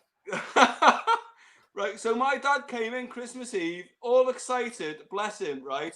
Saying, "I've got it, son, I've got it." And he flashed it to me like this. So it wasn't a normal Christmas because it was a new computer. And I looked at it, right, and I said, "A selection box," because that's all I knew. It would be that shape. And he went, no, it's tapes for your new computer. And I ran upstairs and cried my eyes out because it wasn't chocolate. And that is a genuine thing, right? And then, but if we move on from that, sorry, do you want to say something about it? I want to say there's some great titles in here. Yeah. But there's some shit as well, like Animal as well, yeah. And I played them all. But my Fruit Machine was probably the one, other than Roland on the Ropes, I played the most as a child, gambling. Well, I liked. I'll tell you, my first gaming memory then, based off this, was playing Oh Mummy with my mum. So strange it is. And then I played a load of Manic Miner. And then the 2 Roland games in that pack, in the caves and on the ropes, I think. They were the four best ones for me as a kid growing up. And that is genuinely, I think, my first that I can properly recall Christmas memory. See, my Amstrad, the original one I had as a kid, was a green screen. But I literally only had the green screen for one day because it didn't work. When I opened it Christmas Day, it didn't work. and we got it from the X Catalogue shop up Dudley, the Littlewoods one. And we took it back, and they hadn't got another green screen to swap it with, so they had to swap it with the white coloured monitor, which was the white one. Okay, I didn't even the white know. outer. Okay. So my Amstrad was a mismatch. Yeah, but it was better because I had the coloured one. I got a free upgrade, which was nice. I did have the colour one for that Christmas. So I did get the colour one. I think it was £100 more. But it was a black one that matched the CPC that I got from the original release, I think. I've got one of them downstairs now. I've got 2 monitors in my shed. Well, it takes the power, doesn't it? Doesn't it take the power through the computer? Yeah, like basically you don't plug the keyboard into a power supply unless you're going through the modulator, which is the power supply anyway. The monitor is the power. You've got like 2 pulley. They're like sprung cords. Yeah. But again, that was such a great memory for me. And I mean, I did have other memories with other stuff, but you can get onto that in a second. Yeah, no, that's brilliant. So obviously, I can ask the next question now. What's your favourite non-gaming gift as a child? If it's not fucking Adidas trainers, I'm going to be well disappointed here. It's actually not. No, because no, I wore Paupers trainers growing up. Probably why I appreciate them now. I was a Knicks man, not Nike. Knicks is all, you know. I remember Knicks. Yeah, Knicks, wasn't it? Yeah, £13 from the market or something like that. But anyway, yeah. It's another Christmas memory as well. And Pete on the Retro Tip said it before. Action Force. Now I think he was talking about. I remember the boat he was talking about, the red one, which was the big red Cobra boat, which was like an all action. That was a later iteration where they had the double joints. The earlier figures were a bit like the Star Wars figures. They didn't have. Yeah, them are the ones I was on about, like the divers. They only had 4 points. They only had 4 points of articulation, 5 if their heads moved. Yeah. And I had the Star Wars stuff growing up as a kid, but really young. I don't remember. I remember having them, but not the Christmas gift of getting them. So the Action Force stuff, I found them about 2 days before Christmas under the stairs. And my mum and dad, and to be fair to them, they got me so much stuff. They got me remember the SAS, the Army, Q-Force, which is the water ones you were talking about. I think they went in the water, wasn't it? And the Space Force as well, I think, was the other one. There was four forces, wasn't there? The ones I was on about, there was yellow and blue, yellow and red, but there was also the orange and blue, like in the traditional diver's suit with like the aqua helmet. Yeah, I remember him. Yeah, the deep sea diver. Yeah. As I say, they were all in my like bath time fucking pub toys. They were. Yeah, and then you had, so my favourite were always the SAS because they're like in black with the gas masks on and the machine guns and that. But I found like my mum and dad did well. They got me tanks, jeeps, boats. They got me the base, the cardboard base. There was a cardboard base that you got. You know, it was really good. And but I found it all about 2 days before Christmas. And they weren't happy when I found it. So yeah, under the stairs it was. I still remember to this day. So I'll have to put that as me finest non-gaming gift, really. Yeah. Nah, I was a little fucker. I was for looking around for Christmas presents. I was as a kid. Yeah. Mum and Dad gone out. Car pulled off drive. I'm upstairs, like fucking finders keepers, man. Everything was going everywhere. Yeah, amazing. It's such nostalgia, to be fair, Dane. Brilliant. I mean, I don't think kids probably do that now because we seem to have. I don't know about you, but when I was a kid, I never had presents under the tree. I had them put in a sack, and they weren't put in my room till I'd gone to sleep on Christmas night. I had the same end of my bed in a sack. End of the bed in a sack. Yeah, it wasn't under the tree. It was always the end of the bed. Yeah. I think that might be a more American traditional thing to put it under the tree and that. But as a kid, I used to remember hearing my dad come in about 4 or 5 o'clock in the morning, bring the sacks in, put them on the end of my bed. But as I got older, like into my teens, like my later teens, I used to come back pissed up and the sack would be in the bedroom waiting for me because I didn't get back till 4 or 5 o'clock. And I used to come back drunk, open all my presents, but I was never quite that drunk to forget to put the label on the present so I knew who bought it me when I woke up in the morning. Yeah, I remember my mum and dad being so like disappointed is the word, that I was so hungover for Christmas dinner that I was just like, you know what I mean? Because I've been out the pub and got wrecked the night before, you know. Oh, I traditionally did that for like many a year. Come back. Yeah, I did. I Yeah, think yeah. once I walked in and Dad was cooking because in our house it was a tradition to have a fry up as well Christmas morning. Okay. So I'd walked in while Dad was doing the fry up from the night before. Did you need it, or couldn't you stomach it? I just had it and then went to bed because me and my mates, we used to do this tradition. We'd go out on one of my mates was in the chat earlier, actually, Martin Hafner. He went home the one Christmas evening because I knocked a drink all over him. But we used to go out on all day as Christmas Eve. Yeah, and people would join you as the day went on, if you know what I mean. As they'd finish their work shift or whatever, they'd join you. But we also then used to go and do an all day of Boxing Day as well. Yeah. It's you couldn't do it now, could we? You know, I mean, I used to do the same. We used to do a massive pub crawl on Christmas Eve, all my mates and me, late teens, early 20s, and we used to try and fit at least 10 pubs in. You know what I mean? It's good memories though, because every pub had a unique atmosphere, and it was always Christmassy. You know, it was brilliant, man. So my second question is, what's your favourite Christmas song? Well, this is quite a recent one for me, and it's a genuine, heartfelt one, to be fair, because I've moved down south now. So every Christmas I will drive up the M6 back to the northwest. So it's Chris Rea, Driving Home for Christmas. Can you give us a little sing of it? I'll give you one verse because I don't remember the rest. But let me do it. Driving home for Christmas. Driving home for Christmas. Yeah, and that's all I can fucking remember. Brilliant, mate. So my final thing to get you to do is to just send a message to everyone who's watching or watching this back. Just a Christmas message. I will do, yeah. I mean, this isn't a Christmas message as such. It's a general message at the moment. Everyone is going through, or a lot of people are going through a hard time. I'm feeling it. I'm sure other people are feeling it, especially with what's been announced today, especially in the southeast as well.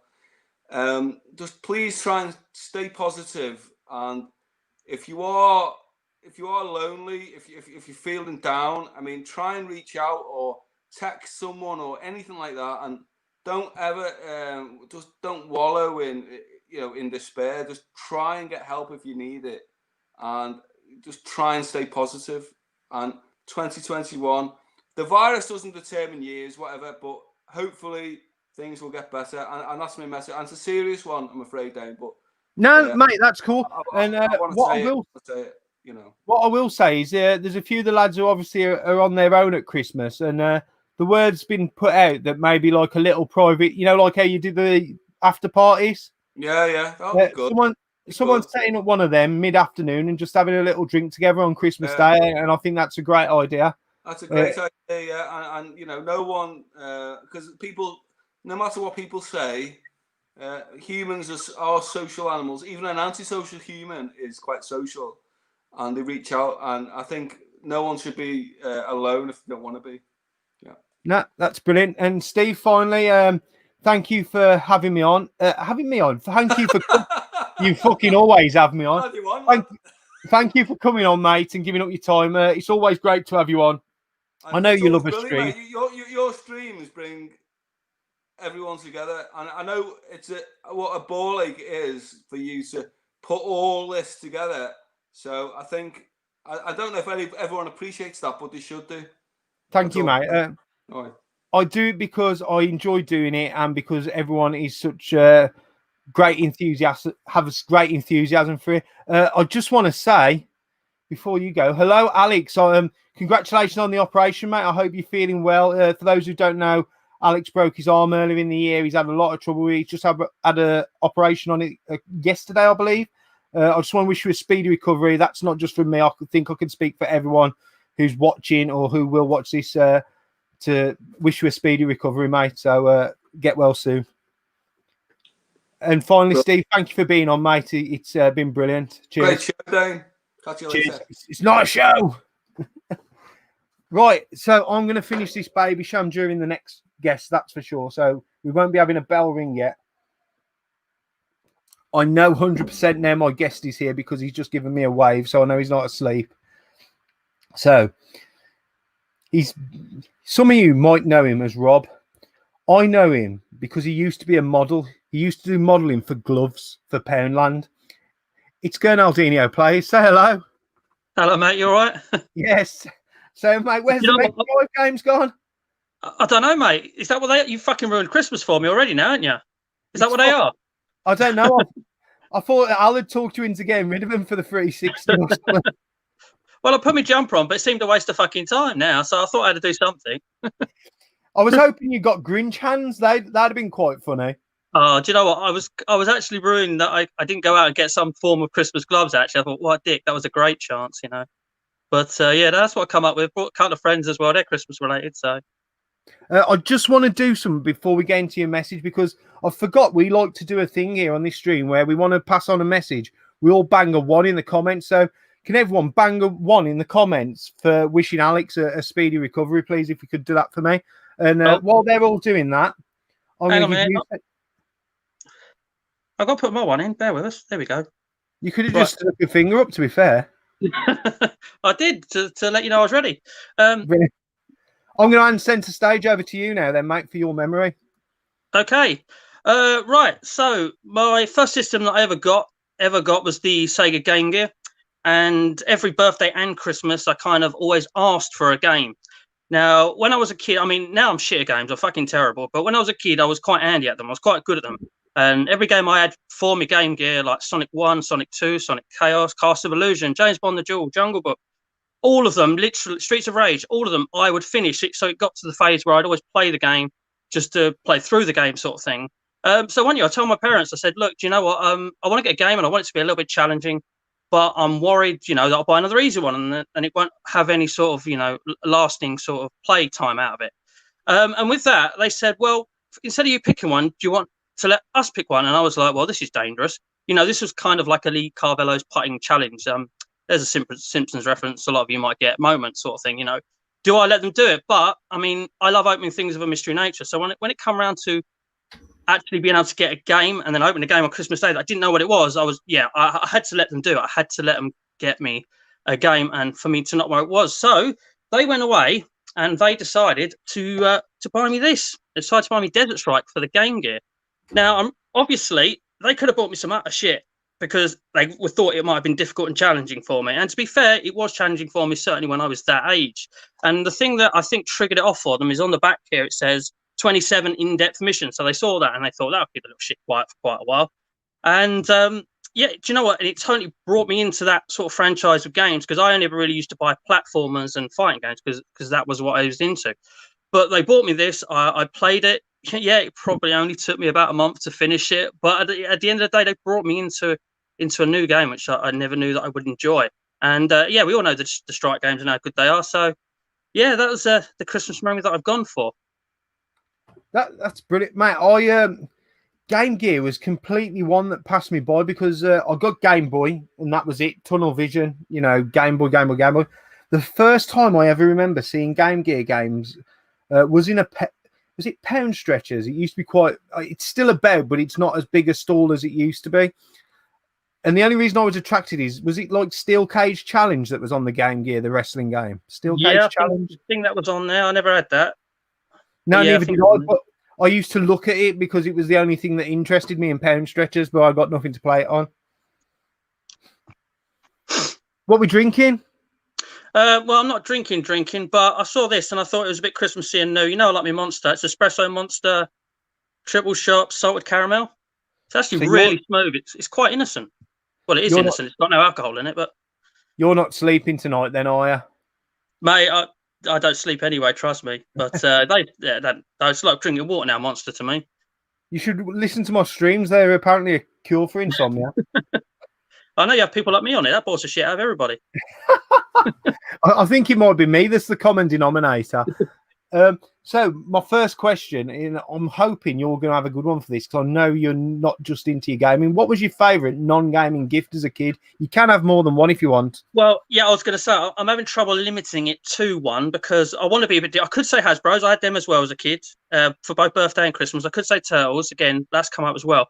But yeah, I've got two that I really can't narrow it down between. The first one, I don't know which one to go with first. Even first one I'm gonna say is the Micro Machines gasoline canister thing that I had that folded out both sides and become sort of a play set. One side had a grid where you could store, I don't know, about 20 in, and the other side was 100% play set. And the two bits that folded out were a map, tunnel between it, and sort of a ramp down the top, which also joined the tunnel and shot me out the other side. There was that. I absolutely fucking loved that. But the other item is, everyone knows, well, most people know the cartoon mask from the 80s. One year I got the car with the wings that folds out and the bike that turns into a helicopter in the same Christmas. And that's one of my all-time favourites. Is it Thunderhawk? Is it the red car? I think it's. Do you know what? I honestly cannot remember the names of them, which is disgraceful. I know, but yeah, I had both of them. I got others later. But the bike, the green one you're on about. Yeah, the green one with the yellow dude that drove it and rode it. Yeah, I'm sure his first name or his second name was it Sato Honda or something? God, that's really sad. The reason why I know some of the characters' mask names, because when I sell at toy events, I'll try and bag everything up and label it. So I search the characters' names to make sure the right ones with the bag. I mean, unfortunately, I haven't got them here because I'd love to show them, but I haven't got them here. They're in my parents' loft, but I have still got them. I know that they still exist. I never got into Micro Machines. Really? Oh, I fucking love them. Oh, I must admit, when they made boats and planes, I couldn't give two shits about that. But it was all about little cars, you know. You know what? I'm trying to think. As a kid, I used to have a big box of cars, but they were probably the thing I played with the least, if you know what I mean. Like, I had loads of little dinky and corgi cars, but I was massively into action figures. Was a huge thing for me. Action figures, Thundercats, He-Man, Ghostbusters. Cool. Sorry. Who's that? Someone who wants to come on the stream? That was your own voice, mate. I accidentally started up the other device I'm watching the chat on. Fair enough. My second question then is, what's your favourite Christmas song? Well, do you know what? When you had Eddie on, a bit of a spoiler there, it made me run off and go and look for things because I must admit, I'm a bit like Bear. I don't really like Christmas songs that much. I quite enjoyed the song with, in the Coke advert, but, that advert starts way too fucking early every year. But yeah, no, mine is the same as Eddie's, The Darkness, Christmas Time Down at the Bell's End. But you made me run off and actually go and find the fact that I've still got the two originals. Because back when The Darkness became big, I was already following them. I was actually a little bit of a fan of them. And then they went mainstream. And when they went mainstream, I was still a bit of a fan of them. So I'd buy every sort of single release that they had come out. So I decided to, and there was two versions of it. One was obviously got the DVD of the music song on there, and just the standard disc as well. So yeah, I cannot pick anything else but that, even though the answers have already come up. So yeah, I had to go for The Darkness. Well, the good thing is I forgot to ask Eddie to sing. I fucking know. So now I'm going to ask you to sing it for us. Can I just give you a dramatic reading instead? Does that be all right? No, I'd like a song, please. Christmas time, don't let the bells end. That's all you're getting. I'll get a little bit high pitched, I will, when I sing that song. So the last thing that I'm going to ask you to do before I thank you for coming on is a message for everyone who's watching or who's watching back. Okay, well, obviously, mate, first things first, I'm going to thank you again for doing these and having us on, but you called it a Royal Rumble, so I've gone over the top rope. I've been eliminated. Both hands have touched the floor and all that sort of stuff. I won't be going on to Streamer Mania for the title, but at the same time, it's a pleasure being here. Christmas this year is going to be different for a lot of us. Unfortunately, because I've been chucked into tier 4, mine's been ruined a little bit because I won't be able to see my sister and kids now, different tier and all that sort of bollocks. It's going to be different. It's going to be, but at the same time, like I said, everyone said this community's here. I live on my own and I've never felt on my own because of this community. So if anyone does, then just reach out to anybody. I think that idea of having a little chat and doing a Christmas thing between a few of us who are on our own, that could be right up my street if I'm not even allowed to visit my parents who live in the same town. We don't know yet. But yeah, everyone just stay positive. Never let anything ruin it. Fuck COVID. You're not ruining Christmas either. Merry Christmas to everyone. And of course, Happy New Year. Brilliant. And finally from me, I want to thank you for coming on, Rob. Always a pleasure to have you on the streams. Always a pleasure to have a chat with you and a hangout. And I just want to wish a Merry Christmas to you and hope you have a good one, mate. Thank you, mate. And obviously to you too. Brilliant. Thank you for being on, Rob, mate. I've just seen a comment that's caught my eye before I bring the next person in. No, Christerberg, you heathens. No, Christerberg, A Spaceman Came Travelling, is my all-time favourite Christmas song, Pete. I don't know if you already knew that, but it is. Christerberg, A Spaceman Came Travelling. Brilliant song. And I'm not taking the piss out of Steve. That's been... that. As a kid, like when I was in Mum and Dad's car, you'd have the Christmas compilations come on. That was the one song I used to love. I always have done, and it's still my favourite to this day. So I just thought I'd mention that. I'm going to finish this baby shite, whatever it is. And I'm going to ring my bell before I bring the next person in. This is handy, this is. What's that? Oh, yes, sound. Now, this one I know I do like. Because this was one that when I was probably way too young to be drinking, used to be allowed to me at Christmas. And it is a snowball, and it is another one of my mum's favourites, and I can understand why she liked this. For those who don't know, it's lemon, advocaat, and lime. Combined with egg. What the fuck, mate? It sounds horrible. What alcohol's in this? It's only 3.5%. But cheers all. And I'm going to bring in my next contestant. I can't remember what number he drew because we've got that many people who let me down and everything's out of sync. But I just want to welcome Scott Glory Balls. Welcome. I do. All I want to say is, can everyone stop putting balls in their name? Because I'm petrified that I'm going to open it up to some testicles like Tony did on his stream the other day. You love some balls. I tell you what, I've spied some. Is that to do with your thing? Because I love that Ninja Turtle stocking. I've had that since back in the day, mate. That's my original stocking. That is so fucking cool, for sure. Fucking love it. It's my favourite turtle as well on there. It's awesome. Is it Leonardo or Donatello? Donatello. He's the fucking worst one. Oh, he's the best one, man. He's shit, man. I like Raphael. What they've done to him now, they've ruined him now. The Nickelodeon have absolutely fucking trashed Donatello. Now he's the worst one. Didn't they kill him as well in a cartoon? But then they had to like backtrack or something. In one of the comics, they killed Donatello off. I don't know of that. No, not sure. I've just devastated, you know, Yeah, a little bit. Yeah, find out now. Sorry, mate. Well, what I'll do is, if I haven't broke your heart too badly, I'm going to give you centre stage to share your Christmas memory. Okay. Unfortunately, it is one I've spoke of before. You've already had Pete on and said this idea has come from Pete, and it was one I did on his channel. Because a little bit of backstory, my parents weren't into gaming at all. Like, they didn't want us to have consoles because they didn't want us to just play games. My dad got us an ST because he wanted us to do more than play games on it, like a bit of learning and stuff. Not that we ever did. But yeah, so there's that. And I think it was in about 97, I finally got a PlayStation for my birthday. And then that year, for Christmas, Tomb Raider 2 came out. Nice. Absolutely fantastic game. It was massive at the time, obviously coming off the back of the first one. And we were shopping, Christmas shopping out in a big super complex, whatever. And we'd gone by a game, and obviously in all the windows, it was advertising the game. And I said to my mum, like, oh, can I just go in and have a look? Because this is the point where obviously all your information has come from magazines. So you'd buy magazines just to see one picture of the game. And so I wanted to go in and actually see the case and hold it. So it was so hyped. I was so looking forward to the game. And I was looking at it. She could kind of see, obviously, I was excited about it. So she said, like, we'll buy it you then for Christmas. It's the first game they ever bought me. And the first gaming thing they ever bought me for Christmas. So yeah, obviously this was in November. So it was I still had a month before I could play the game. And they wrapped it up and they had put it under the tree. Now, every time, because I knew it was there, every single time they left the house to go shopping or whatever, I would get it, carefully open it, play a bit of the game, and then kind of put it back in its wrapping and seal it back up and put it under the tree. And the kind of, the level select was available at this point where you could do the spinning in circles, backflipping and all that to skip levels.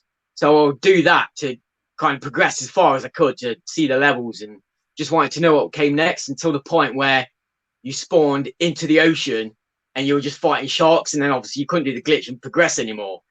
And yeah, that's about as far as I got up until Christmas. And then just to build on it a bit more than what I said on Pete's, after we'd opened it Christmas, New Year's Eve that year, we had a massive party around the house, all my dad's friends. And my dad was a fireman, so we had all the fire brigade round. And yeah, I got the game out, and one of the guys was a big gamer as well. So we spent the whole night playing Tomb Raider 2 and I think the original Grand Theft Auto. And it was just a great Christmas, one of my biggest gaming Christmases that I've had. So yeah, it was pretty much sticks in the head now. Brilliant. I mean, I love the Tomb Raider games. I, like you, played them on the PlayStation first. 1 and 2 were brilliant for me. The ones after 1 and 2 are a bit of a blur to me, but 1 and 2 are iconic games for me. And yeah, I mean, the first one, obviously, it revolutionized kind of 3D platforming, if you like. It really did. It brought it into the mainstream. Obviously, it was the female character as well, was a big iconic impact. Laura was on everything from fucking drinks to, just selling anything. My bedroom stick wall. Laura Croft on it. I had a big poster on my bedroom wall. I've still got one on my door. As when I was in my teens, like my bedroom was like, you know how girls used to cover theirs with like, heartthrobs from the boy bands? Yeah. Mine were just covered with tits everywhere, basically. That's pretty much ours.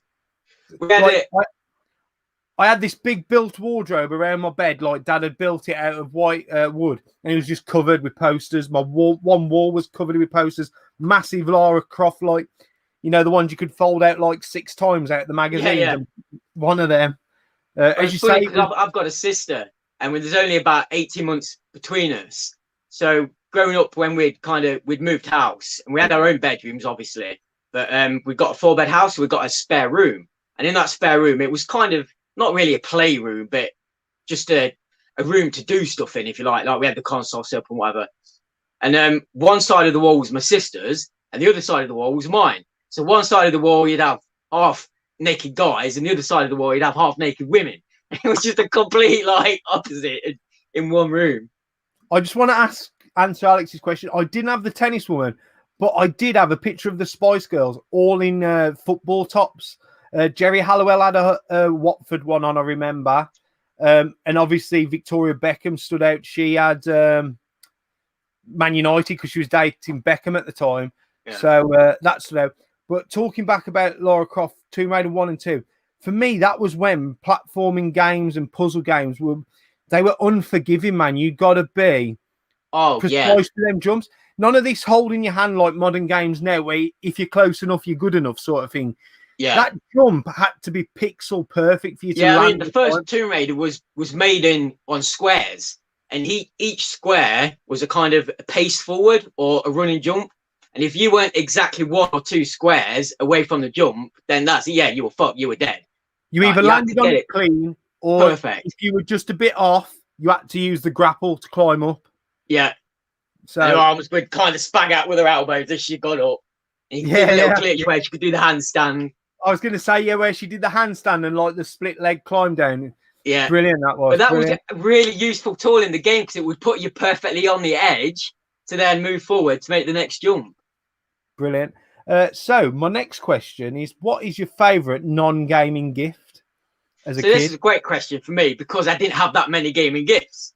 But hands down, my best when I was a kid, Christmas gifts would be my Ghostbusters stuff from back in the 80s, and I've still got it all, and it's all boxed except for one thing. And yeah, one year I got a lot of Ghostbusters stuff, but in particular I got the fire station. Nice. I remember getting the fire station. Just the best Christmas ever. Just getting the slime, sticking it in the top, sliming all your characters, all the ghosts, that kind of stuff. Yeah, hands down, the Ghostbusters firehouse.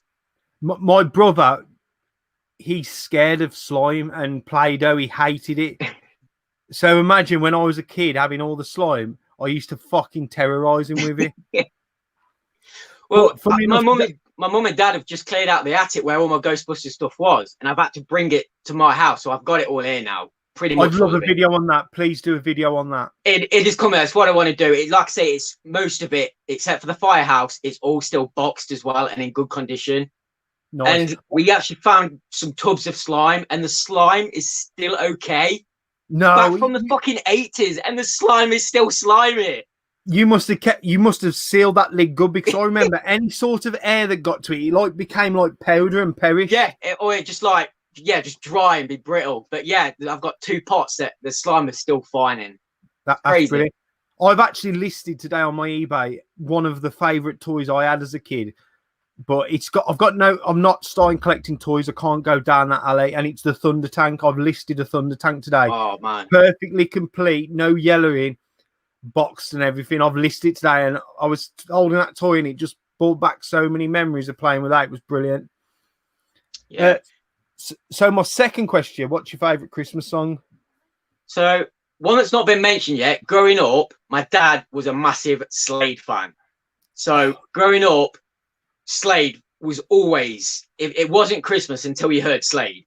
It's just such an upbeat, loud, happy song. But then after my kind of teenage years, my taste changed.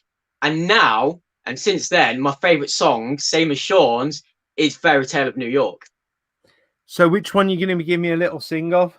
It's got to be Fairy Tale of New York. And I'm going to say, if they ever ban the real version of that song, we take that word out, I'm fucking done with Christmas.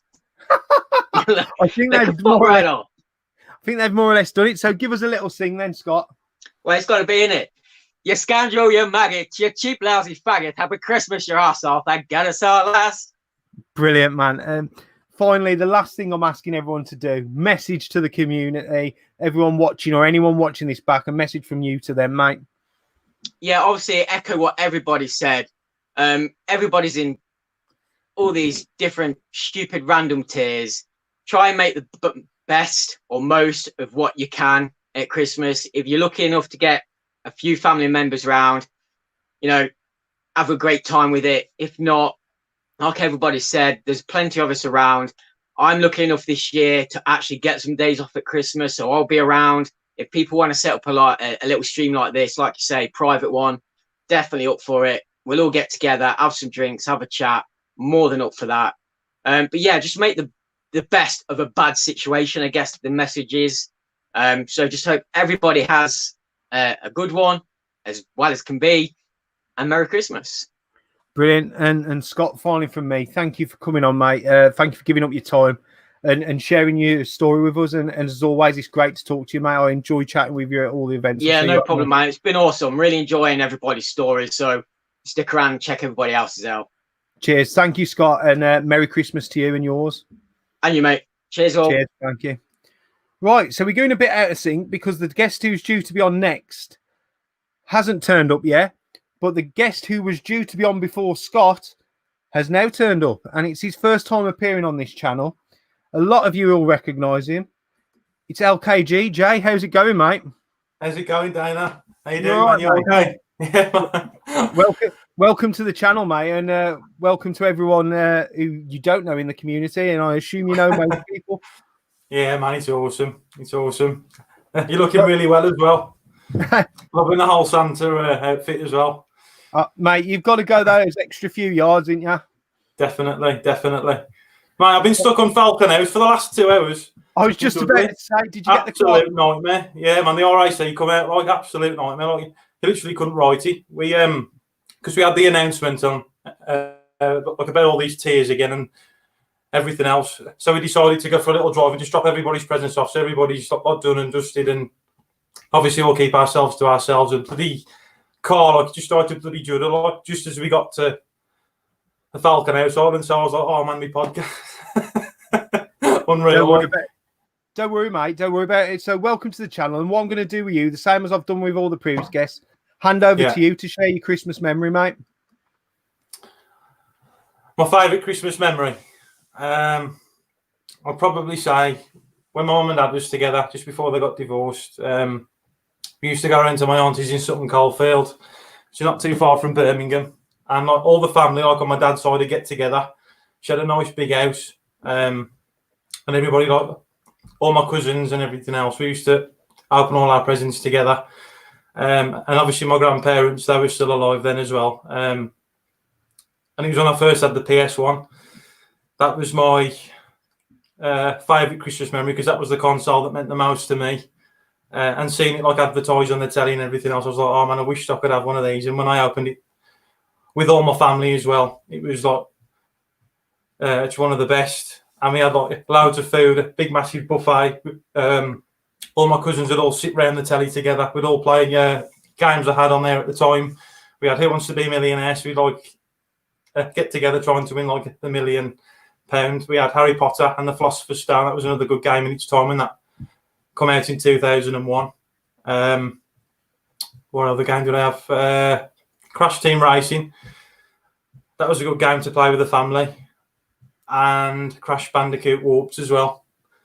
That was another good game to play all together. Like, so yeah, that'd be one of my best memories. Like, definitely.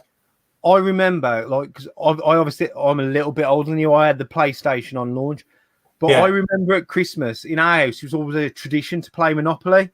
Oh yeah. The only game my dad ever used to play with us on the PlayStation was the Monopoly board game. And we used to play that. But that's where we found out with the rule where, you know, when you get fined for anything like £200 super tax. Yeah. You used to put it in free parking. And then if anyone landed on free parking, they picked up all the fines money. So, like, basically, you could be dead on your arse, but if you landed on free parking, you get everyone's money. Get everyone's money. It's brilliant. Like, that's one of the few games my dad... And he used to love Destruction Derby. Playing that. Oh, man, what a game. What a game. My dad's not a gamer by any means. Like, he used to play Sam Fox strip poker on my Amstrad. I remember that back in the day. Yeah. But he'd play Destruction Derby and he'd play Monopoly. And he used to love Destruction Derby in the cars, spinning around and all that. He still asks me now if I've still got it. It's one of the first games I picked up when I started collecting again, to be fair. What was that level now? Because I remember playing that as well. And I just remember like this big, massive like dome, and you all used to just drive in. Yeah. See, you could do that two ways. You could either just go in and be lucky and get loads of points, or you could try and hang back and swing a left or a right and try and hit the car that was going in, like sort of thing. Yeah, what a class game that is. Definitely. We've got Drax class as well. We've got a quick question. How old are you? Because I know you ask everyone on your stream, so I'm going to ask you. I'm 28. 28. They guessed at 26. I watched I watched your video about what you was hoping to get for Christmas off your missus. Yeah. And you said you're an electrician. Yeah, I'm a spark. Yeah, by trade. Like, well, you know I'm a plasterer, so that means we're like sworn enemies. That does in construction. No, man, we get on, man. You just cover up all the mess we make. Tuck your fucking wires in, otherwise I'm cutting them back. Yeah. So my first question is, what's your favourite non-gaming gift you ever got for Christmas as a kid? My favourite non-gaming gift. See, my dad always had this kind of thing when we was kids. He'd always take us to Toys R Us like before it closed. I used to love Toys R Us, like, and it was my mum and dad, like, they weren't loud, they never had like a lot of money, but they always gave us the best Christmas ever. Like, you know, they always delivered. Like, had such a good childhood. Like, and I absolutely take my hat off to them. You know, they really done a good job. Like, when we was kids and stuff, they really looked after us. And my dad always done this thing where, like, he'd always take us to Toys R Us about like a month before Christmas, and he'd walk us around. That's it. On the island, like, and he used to walk us around all the aisles and stuff, and let us choose stuff. Like, he wouldn't buy anything. Like, we'd just say, "Oh, Dad, I like this," and everything else. And I went through a phase of the Action Men, and I absolutely loved collecting those. Like, I had like all the tanks and everything, and like all the bikes. I had Action Men on like the push bikes and stuff. And I think during that year as well, I had the Action Man PS1 game as well. That I loved playing. Like, my dad played that with me. Like, I mean, my dad, like, he always done things like that. Like, and really good special memories to me. Like, he always. You're probably a bit too young to remember Jolly Giant down Merrill. There used to be a toy Jolly shop Giant. called Jolly Giant. It would have been JJB's by the time you used to go there. You know, the outdoors JJB's. Oh yeah. That used to be a massive toy shop before called Jolly Giant with a massive giant in there. That was the toy shop to go to. It was better than Toys R Us back in the day. Was it? But yeah, talking about Action Men, I remember when I was 12, I had my tonsils out, and my parents got me 2 presents while I was in hospital. There was Striker, or Strider, I think. Striker, his name was. He was the first ever black Action Man figure. He wore a black suit and black and white camo bottoms. I think he's quite hard to get hold of now. I had that, and they bought me Bart versus the Space Mutants on the Master System back then as well, which I love. Nice. So my second question for you: what's your favourite Christmas song? My favourite Christmas song? Oh, it's got to be Michael Bublé, man. Michael Bublé. It's beginning to look a lot like Christmas, definitely. I always sing that like every time it's Christmas. Like, good. It's the first song I play. Oh, good, because I've asked everyone to sing a little bit of their favourite Christmas song. So if you could give us a little sing of it, that would be great. Oh man, have I got it? Please, everyone else has. Okay. It's beginning to look a lot like Christmas everywhere we go. Take a look at the final 10. It's glistening once again, and candy canes and silver lanes aglow. Brilliant, Jay, mate. You really got into that. I appreciate that. So the final thing I want to get you to do is if you could just send a message to all the people watching now and who will watch this video back, just a message from you to them, sort of thing. Well, obviously, like, I didn't know any of you guys, so from me, like, from the heart, like, I just want to say, like, a massive thank you for, like, welcoming me to the community, like, for one. It's absolutely amazing. All you guys are ace. I just love how close everybody is, and especially like a year like this that we've all been through as well. Like, if you want to talk to me and everybody else, you know, like, just keep safe and just try and keep positive, and hopefully all this will end, and have a good Christmas. Brilliant, mate. Again, now a big cheers from me. What are you drinking before you go? Oh, Stella, mate. It's my favourite. Stella. I had a few cans of that yesterday. So finally, for me, thanks. You've had a hectic day, obviously, with your car breaking out. I appreciate you taking your time out and coming on. And I wanted to. Like, I wanted to. I didn't want to miss it. Like. Thank you for coming on and giving up your time. And wish you and your missus and your kids a very Merry Christmas, mate. Anna, thank you. No, hopefully we can do this in there. Have a few beers somewhere. Like, yeah, definitely. Yeah, definitely. Mate. Cheers. Thank you for coming on. The spoons in Dudley. Not the spoons in Dudley, or Craig me. Neither of them too. Sound on, man. Brilliant, mate. Mate. Right, so now we're back in sync because I can see that my next guest who's due to be on, he's sat there. He's wearing his Santa hat just like myself. And I can imagine he was very excited when Eddie unwrapped his present at the beginning. It's Adam, Amiga Old School. Hello. All right, Dana. You all right? Hello, I'm everyone. a bit disappointed because you're wearing a Sinclair Spectrum jumper. I know. It's a jumper. So the only reason why, because I'm freezing. I'm really cold. I'm in the lofts, and my hands are really. I had the jacket on not long ago, but I took it off.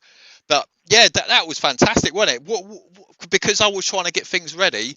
The Cine Steve sent Eddie the Amiga with that period game and everything. That's amazing, isn't it? That is brilliant. I totally gobsmacked with it because I was jumping through it and I was trying to rewind it back and watch everybody else's. But absolutely mind blowing what Steve done for Eddie. Absolutely brilliant. I think it was a few lads in the community have all chipped in. Okay. I mean, I knew nothing about it. I'd have got involved definitely. So in fact, I'll go in my shed tomorrow. I might have some loose floppy discs for the Amiga, and they're ready. He can have them, like, you know what I mean. Yeah, if Eddie needs anything, just let us know, because obviously I've got discs and everything, and I can copy him if he needs anything as well. Swashbuckling Amiga Old School. Yeah, I know. Brilliant. It's funny, isn't it? So what I'm going to do, Adam, is the same as I've done with everyone else. I'll hand over centre stage to you and share your Christmas memory, mate. All right, no worries. I mean, for me, what it is, I mean, I spoke about this on Pete's video a good few years ago, and it's the Sega Master System. I'm from London, so Yeah, it was just mind blowing. It was going from a Spectrum to this, and this is the original box that I had that I opened, and it was around 86, 87. I can't remember exactly how old I was, but the first game I actually put in it was Hang On the card, because that was built in with it, and then I moved over to Marksman Shooting Gallery, and I remember pointing the gun at the TV, and I was shooting all the all the like the animals and everything like that, and then you had the I'm looking at it on the back, and then you had all the marksmen and everything, and it was just great.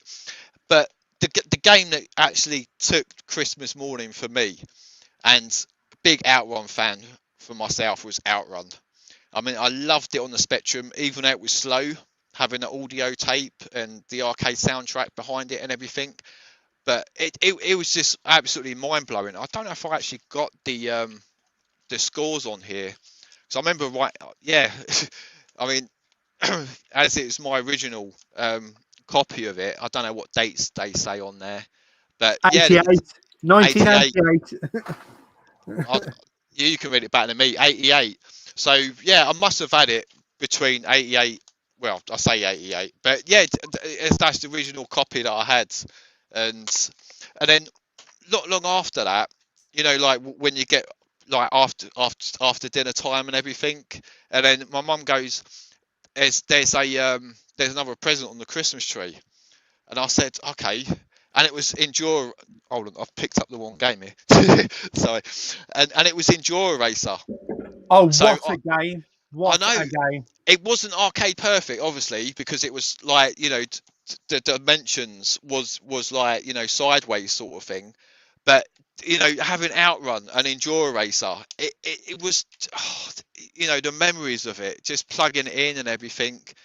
It was just absolutely mind blowing, as I said, coming from that Spectrum to the Master System. But as I said, I've still got it today. It's playing in the background, my original one, and the light phaser as well. And as I said, I did cheat and probably not the calibration out with the gun. But it was just a fantastic memory, it was, and that led me on to the Game Gear and the Master Converter, and I can just play the Master System games on the Game Gear.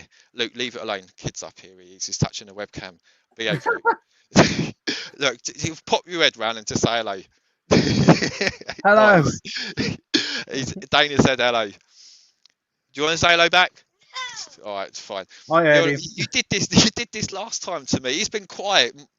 Elaine, the wife's gone out because of lockdown and everything. She's gone hairdressing, so she had to go to the shop to actually do it. To finish off hair. Like the customers and everything. Crazy times at this moment. But yeah, man. But Enduro Racer, that is like, along with Bank Panic, that is one of the first games I ever had for my Master System. And I used to, do you know the steering wheel that's like an aeroplane pilot with a button on top? I've still got my original one, and I used to play Enduro Racer with that. Really? Was that impossible to actually play with that? It was easier. Because it was so sensitive. You could, them little tight turns that you need to get out of. Yeah. It was really much better to dodge everything with the steering wheel. I never had it. I saw it because it was like triangle, wasn't it, sort of thing, or the base was square. And yeah, the base was square, but it's like two handles with shooters on the top as well. Okay. As I say, I've got my original still up in the box and up there. I found it in Mum and Dad's loft a couple of years ago. But Enduro Racer, brilliant game. Yeah, and obviously things moved on from that, like Double Dragon. I think I got that for my birthday in February. Like the same year or the year after, sort of thing. But it's just brilliant. It's something that never, I've kept it ever since then, and it's something that I always look upon. But the thing is, a lot of people say nostalgic memories. It is nostalgic, but because I've never sold it and never got rid of it, it's always been a part of me. It's kind of weird, but I do look at it being nostalgic because of the Christmases and moving forward with the Christmases as well. It's just a weird thing, it is. But I think the main point was why I chose the Master System, And to be honest, I didn't even know I was going to get it, you know, because I didn't really go through that bit of the story. You know, come down Christmas morning, and when I opened it up, just saw the Sega sign, and you know, I thought, oh, you know, this is going to be brilliant. And then, you know, plug in the RF lead in the back of the telly, and you know, you're rushing to try and do it, and then ask my dad to put the RF in case I bent the back of the telly. You know, just little things like that. It was just amazing. It was, and you know, it's gaming memories that you're going to cherish forever. Oh God! Yeah. I mean, I remember I used to have a big telly, the big wood grain covering around the outside, like that was the sort of. I managed to take my mum, once they got another telly, I managed to take their telly, and it was what you said, it was like the wood grain one, but it took like about 2 hours to charge up because the tube was gone. So when it got into my room, like years and years later, I had to wait like half an hour for the telly to warm up because it was just dark. It had nothing on it. It was just, you know, just crazy. I remember waiting. I had to put the telly on for Bad Influence at, you know, 4 o'clock. I think it started at 4:30. And yeah, half an hour to wait for that telly to warm up so actually get a picture on it. But kids don't appreciate that now. So my first question I had, what's your favourite non-gaming Christmas gift then? I've got several. I mean, I've got the Striker. I was just looking for it because it just clocked me. It's a remote control car. It was by Tamiya, and it's broken at the moment. I need a survey for it. That's why it's never clocked me like as a non-gaming memory. But there's two things. One, no one said it yet, because a Walkman. I mean, a Walkman. I listened to Michael Jackson Bad and Dangerous, you know, all the time. Big Michael Jackson fan, years and even today, I guess. But a Walkman, you know, it was the music sort of thing in the 80s. Growing up, you know, you could listen to it in bed. You walk about around the shops with your mum and dad, even though they said like take your earphones off. But you know, doing your paper rounds, you know, it was just so much better just with a Walkman on. You know, just walking about with a Walkman on. And I've got a couple of speakers. I've forgot to bring them up, but they're like, you know, small little speakers as well. And you know, they go into the headphone socket, and then you can power them up with batteries. I don't know if you would. Can I have another kid? Look, just behave, please. Look, you've been good all afternoon, all watching the stream. You come up now, and I'll give you one in 2 secs if you behave. Yeah, the Walkman, but the other one quickly is the Sonio TV that I had, because I nicked my mum's black and white TV for the Spectrum. It's sort of gaming related, but a colour TV is similar to that Sony one up there. It was like the same colour, no SCART obviously. You're looking at 80, 88, 89, and that's the first TV that I powered the Amiga on. And it just having a TV, and luckily my cousin's, well, not my cousin, well, my dad's brother, he gave me a video player, lucky enough, and that's when I recorded all the Games Master and the Bad Influence. So I could end up watching, you know, I had the TV in the room and everything, and the video player. Lucky, but the TV was for Christmas, so it's sort of gaming but non-gaming, because you could watch gaming programs, sort of thing. But now, you know, just three things: the radio, the remote control car, and the TV and the Walkman. But the Walkman was just a brilliant sort of something else you can listen to, you know, because I had to play the cassettes through, like my music tapes for the Spectrum cassette player. But having your own Walkman with headphones on, and you could, you know, walking about with it, brilliant. I was still using a Walkman in the 90s to go to school because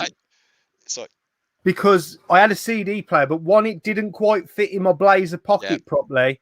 And two, when you were walking, it used to judder. The early CD players used to judder when you were walking. So I was still listening to tapes into the 90s because it was just easier for when I was walking. Because I used to listen to more music on the way to school and then do my paper round after. Oh, exactly. But what you just said, you know, the Discmans were shock resistant or something or another, and they would shake, what you said. But yeah, I was doing the same thing on the bus going to work. You know, I had a Panasonic one with the red with the red lights going across it for the battery, and it had its own little power thing. was a lot better Walkman than what we had back then, you know, with the 2 AA batteries. Yeah. But and then obviously my car didn't have a CD player in it, so all the tapes from my Walkman got transferred into the car because it never had a CD player. And then when I got the CD player for the car, then I ended up chucking them and giving them to my mate, and he had them. But yeah, all the CDs that we used to buy, we used to copy into cassette and everything. But yeah, just great times with the cassettes. Brilliant. My second question then is, what's your favourite Christmas song? Well, I mean, I've got 2 stories quickly. One of them, it was that Chris Rea one, Driving Home for Christmas, because driving my car home when Luke was born and everything, and I put it on the road. I didn't really like I like Christmas songs, but there was just like, you know, Christmas, you put them on, you know, you get drunk to them and everything. But you know, because that's the first year I started driving, so it's 2001, and I put the radio on, and I thought, you know what, I'm driving home for Christmas to my own family. And it was like, I'm seeing Luke, I'm seeing Elaine, you know, it was, you know, I know my mum and dad, but you know, it's my family, if you know what I mean. So yeah. It was really good. And I actually turned up the volume and started, you know, I stuck my arm out like that, not on the window, but you know, I stuck my hand off, you know, driving. I thought, this is brilliant. But I think the Pogues and that Fairy Tale of New York, because I'm half Irish and they're Irish, and my granddad used to sing it at Christmas, so that's what I'll go with. But I can't sing it because I think the geese. Oh, what was it, Scott? Shane McGowan. Yeah, no, the geese one before I Scott. was on. That's Scott. it. He did a brilliant what you call it, brilliant song of it. But I can't sing. I really can't sing. But I'll give it a go. I mean, I could do the first bit, and it goes like. Da, da, da, da, da, da,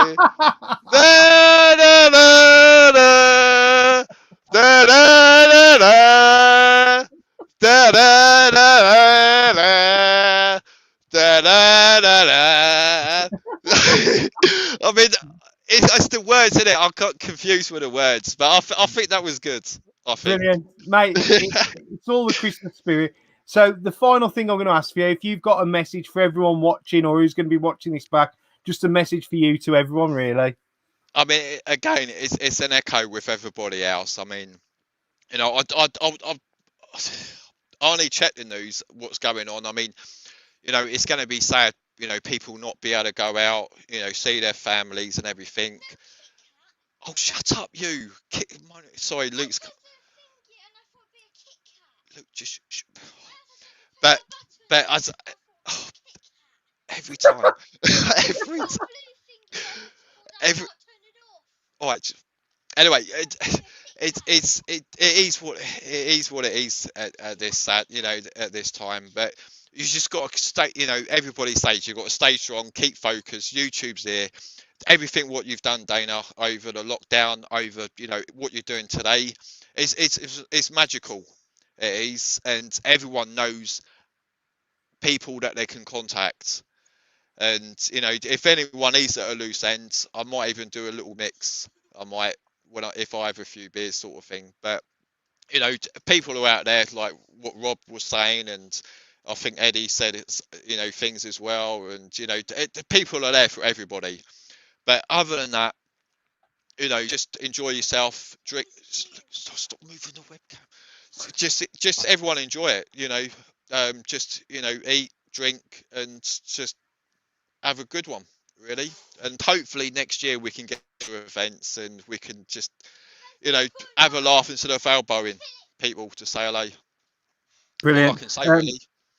No, that's brilliant, Adam. And thank you for coming on, mate. I massively appreciate it, especially sitting in that cold loft. I know, my hands are really cold. It's always great to have you on, mate. You've always got great stories, man. Really enthusiastic about gaming and everything. And I just want to say Merry Christmas to you and everyone, and to little Luke. Get him a Kit Kat and get him sorted out, and get yourself warmed up and watch the rest of the stream, mate. Thank you for coming on. Merry Christmas, Dana, to yours and yours, and everybody else that's watching. Merry Christmas. Brilliant. And a Happy New Year. Thank you, Adam, mate. Right, good night. Right, it's that time again. I might ask for some more of these snowballs, though, because they're quite nice.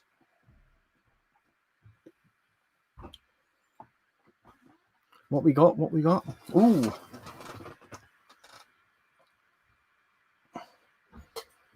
Get me some more of them snowballs. I like them. Thank you. So we got a vodka Red Bull, not a Christmas drink as in tradition for anyone else in my family other than me. Because that is what not this is fucking expensive. I probably used to have fucking Glen's vodka. Sugar-free Red Bull. So yeah, I'm on the vodka Red Bull. Now this next guy who's coming on, when I first started YouTube, he's one of the first guys who I got to know. He's one of the guys I speak to regularly on a daily basis, and he's someone I would like to class as a friend. And it's good to have him on the channel. So it's Gus Newton or Grusler. Yes, lad. Greetings. I'm Sam, mate. You? I'm good. You? Yeah, not too bad. How many of them you had? 7 in. This is going to be good then. Now 7 in. I enjoyed your video on your second channel earlier. I watched it. Oh, me pushbike channel. Your push bike channel. What is it you call them when they've got a normal bike? Analog bike. Analog or acoustic. Acoustic. I think the terminology is. Brilliant. I was having a little chuckle when you were saying that. Fucking analog bike. Yeah, it's just something they say in it. It's, I don't know. It's just normal. It's normal push bike. Brilliant. Someone's asking about. No, I hit it with a hammer about 3 weeks ago. And if you noticed, I hit my thumb a while back. That one. So I've always got one black nail at least. That's black nail. Black nails matter. Black nails matter. So, Gruss, I'm going to do the same with you. Well, just to everyone else and hand over for your Christmas memory. Sound. Right. I was going to go with my regular memory of Christmas 1992, Sonic 2, but you probably all heard that before. So I'm going to go a couple of years before. It's either 1990 or 1989. And I got a ZX Spectrum Plus 2, and I got the James Bond action pack, the clay pigeon shooting. And I believe you got the brown envelope inside the box with the tapes. I think you got a passport, if I remember rightly. I'm sure it were 1990 because the year after I got the Mega Drive 91, and I got the Master System for my birthday, and my dad sent it back because he said it were obsolete, and then he went out and bought me the Mega Drive for Christmas. So I'm sure it was 1990, I think. Did that come with the Zapper as well? Did it? Like it did, yeah. Yeah, we got the Zapper gun, and at the time in my mum and dad's living room, they had a big pillar support, and we had like a dressing table around this pillar that you didn't really walk past because it was just round the side really, and I had a little table, and my dad set it up for Christmas Day morning.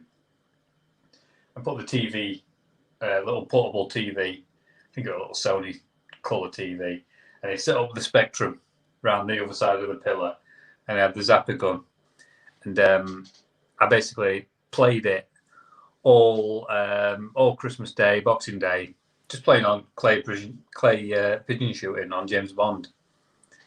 And then I was a bit gutted because he said after Christmas and New Year, I had to take it upstairs to my bedroom. We had to set it up. I remember now setting it up. My dad setting it up. I had a bloody cabin bed. It was a grey cabin bed it was. And he set it up on this desk, cabin bed. And, I always remember that. But Monkey Spaz 5000, he got the James Bond action pack. It was either early on this year on YouTube, or late on last year. And it brought back so many memories. It goes for a fortune now. It goes for like 300 quid. I'm sure someone had come into a few of them, like new old stock. Yeah. I don't know if it's the admin from Retro Realm. I can't think of his name. Stu will tell me in the comments, I'm sure, if he's watching. He come into a load of them, new old stock, and I'm sure that's who Monkey Spaz bought it from. I think he did. Yeah, thinking back. I'd love one, though. If I came across one, I'd love one. just for nostalgia, really. So, James Bond. I'm going to ask first a question from Eddie. Hang on. Where's Grutty's lubes and condoms tonight? I've used them all up. You swapped them for. Is that a Lynn's fucking chocolate bunny or something? That is a £2.50 chocolate bunny, but I think it's some kind of hybrid reindeer at the same time. I don't know.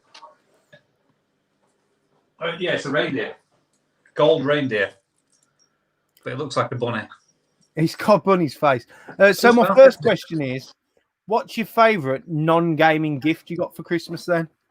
Favourite non-gaming gift I got for Christmas would probably have to be mountain bike, and it would have been my GT Outpost mountain bike, and I would have been probably 11 or 12. I went down to Alfred's, and I remember going down just before Christmas, and I got to pick it out, and then you got to reserve it. I remember going down and picked it out. It was a red one, and got that for Christmas. I must have been about 12-year-old, and strangely enough, my father's still got it at Caravan. I keep saying to him to bring it back, and he says no, he's knackered. But no, it's still there. It's still there at Caravan. It could be a nice little project for you, that, doing it up, getting it going again. Could be, couldn't it? Could be. I'd like to see it again. I bet you're still big enough for it as well, aren't you? Oh yeah, I've not grown. I'm still the same size. So you've probably come like not full circle, because I'm guessing you had the Mega Drive first, but you've come back to biking as a hobby, haven't you? Yeah, I suppose I have, really. I mean, the bike I've got now is technically my first bike since. But yeah, well, I had that GT Outpost up to. Used to razz about on that until about 15, maybe 16-year-old. And I didn't have any bikes after that, really. Not proper ones. So, yeah, this is the first proper bike I've had, really. And I've got a little extra question for you, because I know it might be coming, but is the Gus Retro stream coming back? It should be. It should be. I've ordered, as you know, I've ordered the hardware direct from China. China. So I'm aiming to get it up and running. I just need a bit of time just to just have a go, really, and do some test streams, see if it works. Brilliant. I'd like to see you back doing your streams regularly. I enjoyed hanging out in the chat, that's for sure. My second question, what's your favourite Christmas song? It's a good one, this. I like this. I've been watching all night, and there's been some good replies. But I would have to say it's gonna have to be, well, there's a few really. But I would probably say it's gonna be Frankie Goes to Hollywood, The Power of Love. Can you give us a little sing of it then? Bloody hell. What, the verse or the chorus? Whatever you want to sing, mate. Have a good swig. Bloody hell, I'll go swig. The power of love, a force from above, cleaning my soul. Now, the bit that ruins it is this next bit where it says, flame on, burn desire. It always reminds me of Fantastic Four. Flame on. Flame on, desire.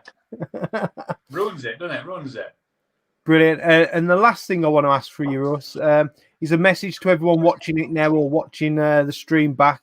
Just a message from you to them. Like everyone's already said throughout the stream, like you've already done tonight, it's been a crap year, as you probably know. It really has. But I'd just like to say that you've been an absolute goat. You really have. You know, during the first lockdown back in April, when we thought it was just going to last a few weeks, and we did the lockdown streams and we're getting pissed every night, and it was a bit of a laugh. And then it kind of just stretched out into it. And now we're, you know, a few days before Christmas, and there's talks. London's just gone down into tier 4 and all sorts. I mean, I'll be on my own this Christmas. I know that, and I know a few people have mentioned already that they're going to set up a stream on Christmas Day. I think that's a good idea. Great community. I know I've not been a massive part of it this year because I've been doing other things, but I've made some good friends through YouTube, and I hope everyone has a good Christmas. Eat what you can, and just keep drinking. Get pissed. It's the best advice I've heard all night, Russ. I just want to personally thank you for coming on. I know I say this a lot, but I class you as a good mate, Russ, and I enjoy chatting with you on a daily. I think we're on the same wavelength with our dark sense of humour and having a good laugh. And don't ever change and stay safe. Thanks for coming on, Russ, mate. Cheers, pal. Merry Christmas. Take it easy. Russ, what a great guy. As everyone's mentioned about this stream Christmas Day, like if you're going to set, I suggest if there's going to be a few of you, don't use StreamYard because it only lets you have 6. Set up a Zoom thing or something, or hang out. I'll even try and pop in for half an hour. I'm not going to be majorly busy Christmas Day after dinner. You know, we don't have any major traditions. I can't go off visiting everyone other than my dad. So yeah, let's make that fucking happen. But someone else other than me can fucking do it. So this next guest, I can't believe he's on tonight because tonight's date night. So he's pulled some fucking strings for this. He's a former member of the A-Team. You now find him on VHS bootleggers. I pity the fool. It's Mr. T. Yo, Dana, here I am. Pissed out the head. I hope this means you're absolutely smashed. I am smashed. Brilliant. I'm about 12 cans in, Dana. 12 cans in, mate.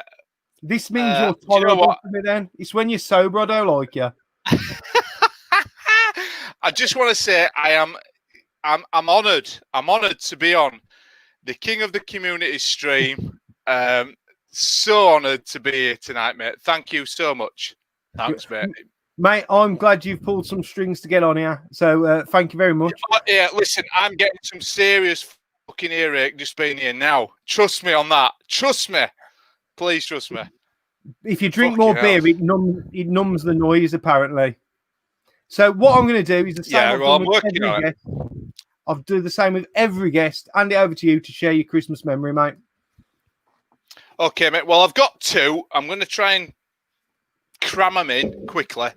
The first one, I guess, if we go, you've got to remember, Dana, I was born in 1859. So if we go right back, my first Christmas memory, and these are really big memories as well. It's vivid even now.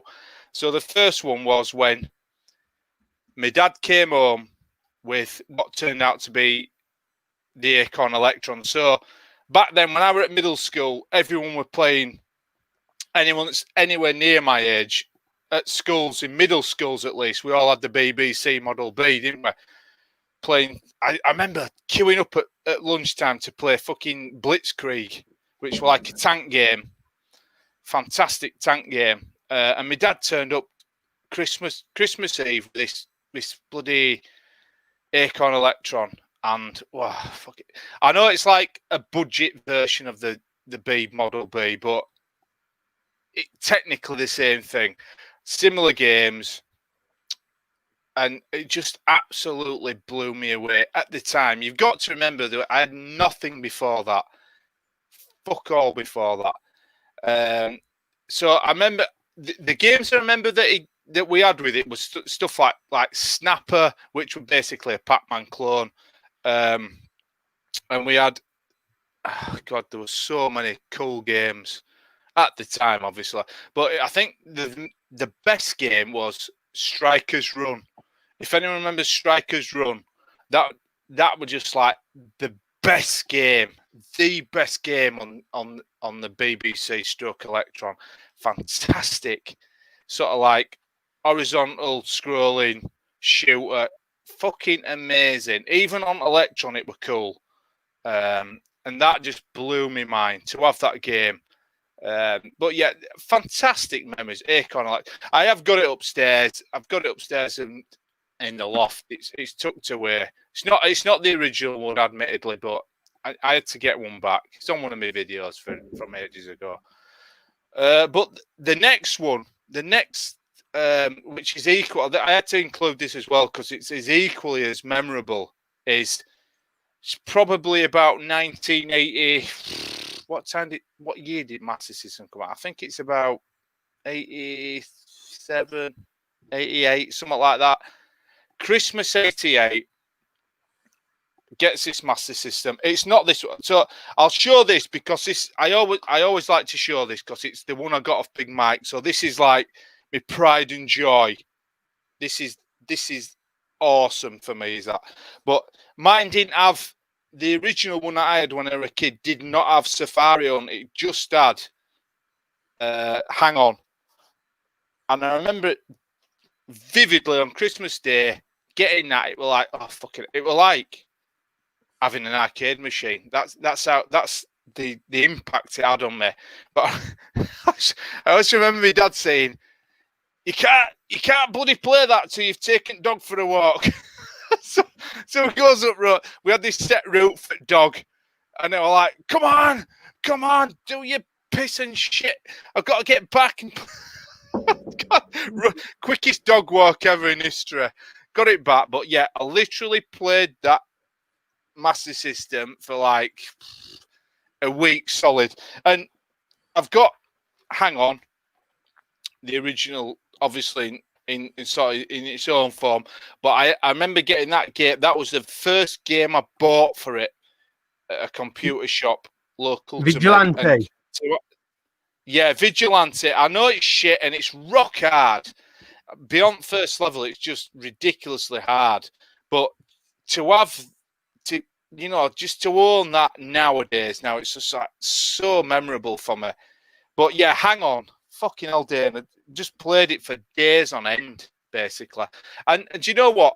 I haven't been watching any previous guys, I'm sorry, but they've probably mentioned Master System. But yeah, I think the Master System was the real first massive console thing for me for Christmas. It was brilliant. Brilliant memories, mate. There's a couple of people mentioned the Master System. Adam Amiga Old School was one just recently. I love the Master System. That was the first actual console other than a computer that I had. But you're talking about the BBCs, mate. They were still in primary school when I was there. Really? Because I remember the school selling them off because, like, back in the day, you could fucking buy, when they all got new desks at school and new chairs. Yeah. I had a school desk and a school chair. My dad bought one, but we didn't buy the BBC because I got an Amstrad at the time. Right. But after then, they bought in the Acorn Archimedes, which I think was the next one up from. It was like somewhere in between PC and home computer. But we've got a little Christmas visitor here. Hello. Well, come here. Let's just introduce. Here he is. Look, here's Eddie. So basically, I've got a confession to make. So I'd named Eddie after Eddie, but he were already pre-named by the missus. I didn't choose the name, Eddie. I'm sorry, mate. I'm sorry. But yeah, here he is. He got the same ears as Eddie's hair. Yeah. Yeah. Brilliant. Yeah, it's a bit full on. Right, take him out for me. Have you got to give him a walk Christmas Day before you can play your PlayStation? Yeah, probably. Yeah, probably, Dana. Yeah, to be fair. Yeah, brilliant. Absolutely. But I remember that's why we couldn't master programming at school, because my generation always seemed to be the one that was stuck between two. Like, I remember him changing from teaching us maths one way to another way. Oh, has he gone? Is he still here? It's still here. Don't worry. Just carry on as normal. It's fine. Well, don't ever film with children and animals. Kids and animals. Kids and animals. That's it. Yeah. Brilliant. So my first question for you is: what's your favourite non-gaming gift that you got for Christmas? Oh, do you know what? This is an absolute no-brainer for me. I'm hoping no one's mentioned it because this was so big for me. It's a little bit bittersweet, Dana, because it blew my mind and broke my heart at the same time. It was the Big Track by MB, right? I must have been 8 or 9. I get this toy on Christmas Day, big track. It was like, oh, you've got to remember what that must is like when you're a 9-year-old. And guess what? It didn't work. And I remember my mum and dad taking it back, and I never got a replacement, so I never got it. So I've got the new edition upstairs in the loft. It's not the original, the OG one, but I've got the second version upstairs. But yeah, the big track, man. Do you remember with the trailer? It actually had a trailer where you could program everything in, couldn't you? It was just mind blowing at the time, but devastated as well. I think everyone, at least at some point in their life, if you grew up in the 80s or 90s, got a Christmas present that didn't work. Yeah, 100%. Definitely, mate. Yeah, without a doubt. My second question is, what's your favourite Christmas song? Well, you're going to rib me for this now, aren't you? Yeah, what a lot of people don't realise is the amount of ping pong banter me and you have, don't they? Don't we? Yeah. So me and Dana's in a group, and we love to hate each other pretty much all the time. It's a north-south divide going on between me and Dana, and he I'm in the middle. I hate everyone. He said everything south of Nottingham is fucking south, Dana. It's as simple as that. But yeah, do you know what, Dana? Right, joking aside, I'll say this now. I consider you as one of my close friends, mate. I don't give a shit what you think, but you're a fucking legend. What you've done this year, right, is no one's got anywhere near to what you've done this year for the community. But yeah, I'm digressing. I'm sorry. So my favourite song, ribbing aside, it's got to be Wham! Last Christmas. I'm sorry, I know. But I love it. I've loved it all my life. I just think it's fucking amazing. You know what's going to come now then? Because I've asked everyone to sing some of their favourite Christmas songs. So I'm up for it. Let's go for it. Go on, man. Last Christmas, I gave you my heart, but the very next day, you gave it away. This year, to save me from pain, I'll give it to someone special. I'll guess that for you. That's brilliant, mate. That's brilliant. My missus is a big Wham fan, so she could hear you singing then, and she appreciates it. In fact, she's bought with me. Someone bought her for her birthday. A George Michael. Oh, man! That's fucking awesome. She ran downstairs to fetch that while you were singing. Awesome, brilliant, man. So the final thing I'm going to ask you to do and send you back to date night is a message from you to everyone watching or who watches this back. Just a message from you to them.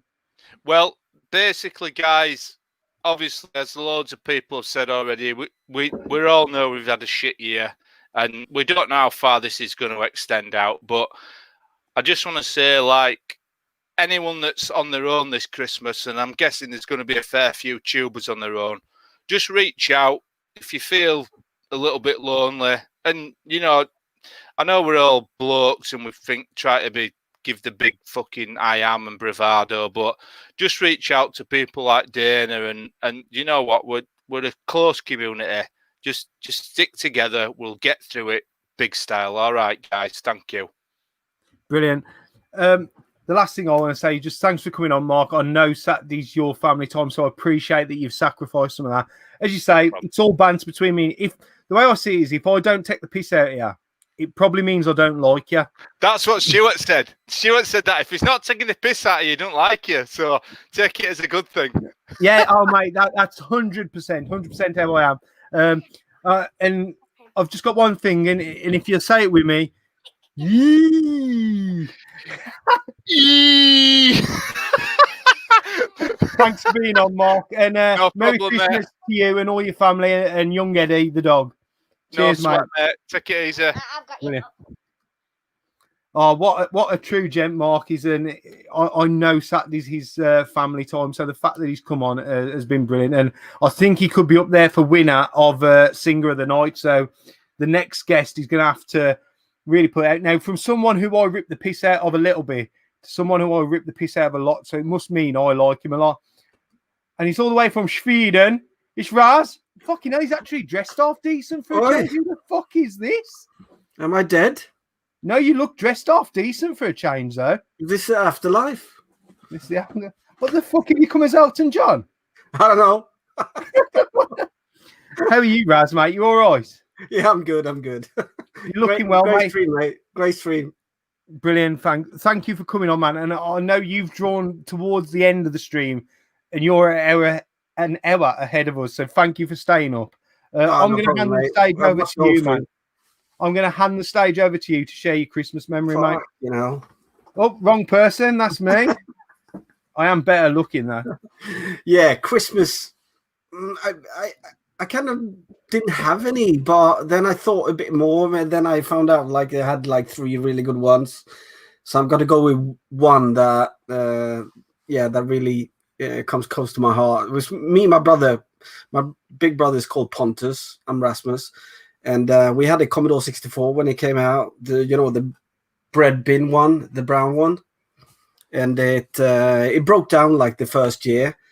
So we both wished for that for Christmas. And so we kind of knew we were going to get that in, what was it, 84, 85 on Christmas. So we had a package. In Sweden, we celebrate Christmas a bit different from you guys. We celebrate on the 24th. And we actually have like a Santa coming in and giving the gifts to all the kids, knocking on the door and everything. Otherwise, it's the father or the neighbor or something like that. And he didn't have one package for me and Pontus. He had like 3. So I'm like, what the fuck? We getting the 3 gifts in the same time. And the first one we opened was the Commodore 64C, I think it's called, the whiter one. Yes. So I'm like, yeah, fantastic.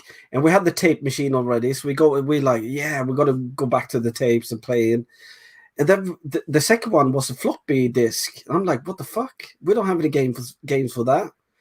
But then my mom told me afterwards, she found in the paper some guy selling floppy disks. So he bought that. So the third gift we opened were like 100 floppy disks with like hundreds and hundreds of games for the Commodore 64. So it was the best Christmas ever. We started playing Hero like 5 minutes after that, and yeah, we had a great Christmas. I remember that a lot. That's one of the few good gaming Christmases, because my parents really didn't really give us games, and that was one of the few times. Yeah. Brilliant. So I'm hoping you're going to have an interesting answer for my first question then. What's your favourite non-gaming gift you got then as a kid? Fucking hell. It has to be something I read. So either my BMX or mountain bike. But I'm going to go with, I don't know, I was a skateboarder when back in the days. But I wasn't really good into doing tricks and shit. I was a downhill guy. And when you do downhill, you needed like Kryptonics wheels. I don't know if you know what Kryptonics wheels are. I have fucking no clue, but I'm sure even in the 80s, Kryptonics wheels were fucking amazing. But a lot of people had the Kryptonic wheels, the 80 millimeter ones, but I wanted the 100 ones, and we never saw them in Sweden. But my mom or dad fucking found a guy that sold them like second hand, and I got the 100 millimeter Kryptonics, and I was the fastest guy down the downhills for years after that. So yeah, I loved that they gave me that. And yeah, I'm a downhill guy. I'm not a good at doing tricks, but I'm going downhill. Fucking love it. Talking of downhill, Shocks thinks you look like a slalom skiing champion currently. Yeah. I must admit, Raz, this is the coolest I've ever seen you looking. I put the headphones on just for you. You always have the headphones on? Yeah, I know, but I probably have like 3 on them just to piss you off. You can never piss me off, Raz. Never, ever. So, what is your favourite Christmas song then, Raz? I'm going to be really, really upset if it's not an ABBA song. No, it's Wham! Last Christmas. I'm an 80s guy. Give us a little sing of it then, Raz. Last Christmas, I gave you my heart. In the very next day, you fucking gave it away. Is that the Swedish version? Oh, Yeah. I've also got a George Michael fucking mask now. My missus, I think she's got a sticker on her car saying that she's fucking George Michael's wife or something. I So love Wham. I'm 80s kid. I thought you liked Wham for another reason, but we won't go into that. Yeah, for that as well. The brown eye. Yeah, that's it. That's what you're into. So, Raz, if you could give us a message for everyone who's watching, because you've done streams yourself when I was doing the lockdown ones. Just some sort of, why have you spelt your name RZA as well?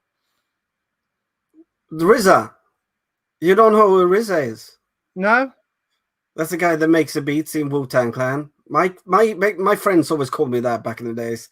I just thought you'd fucking spelt your name wrong, if I'm honest. No, I was into Wu-Tang a lot when I was younger, and RZA was my king.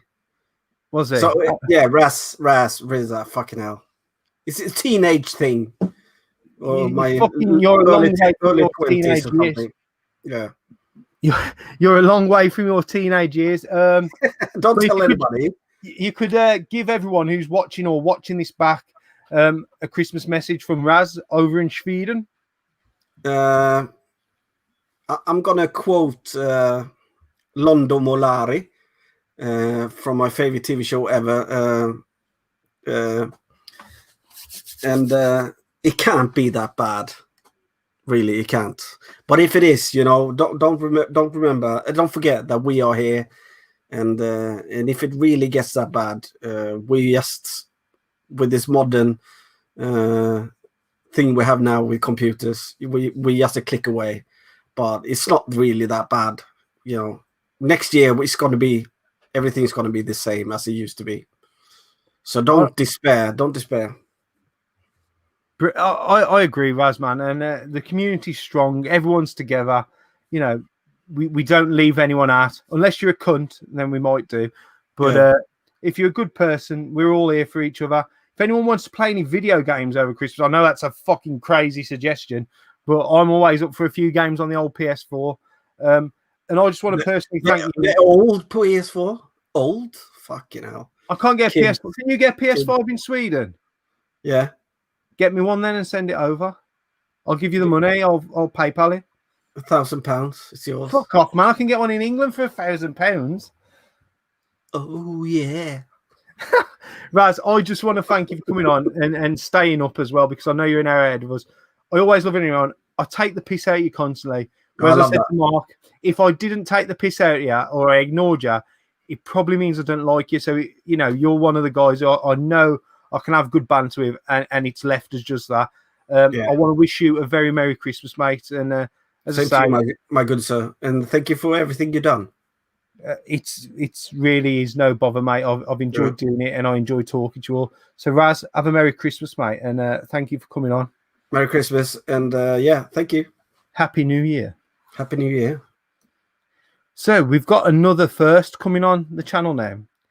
He's another person who I think I've found out about his channel right towards the end of my streams, and I'd like to go him on, but I think he's turned up to every other stream since I've been doing streams anyway. So we've got to know about him. I love his name, by the way. He's changed his name, and that's Ross. Hello. Howdy doody. Oh, my camera's gone blurry. What's going on? Never mind. How are you? I'm good, mate, and thank you for coming on and giving up your time, mate. Oh, no worries. I've even brought it because I know how much you love my collection. So I've also brought something else you love, pretentious beers. So gonna swing. Oh, yes.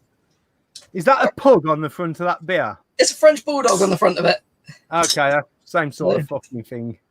It smells horrible. It's an 11% stout with aniseed in it. It smells horrible.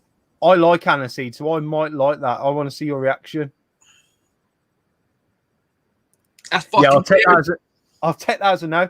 So what I'll do, Ross, is the same as I've done with everyone else. I'll hand over to you to share your Christmas memory. No worries. Okay, let's see if I can sort this out first. I don't know how it's gone so blurry. There you go. That's a bit better. Yeah. Well, I've got a few. It's usually the usual things. I remember being. It was when I was in my teens. I found a Dreamcast under the stairs that my mum was trying to hide from me. I remember when she was trying for ages to get me a Mega CD, but she couldn't get one because she kept trying to get it from, like, I think it's the Littlewoods catalogue or something. And it was always out of stock.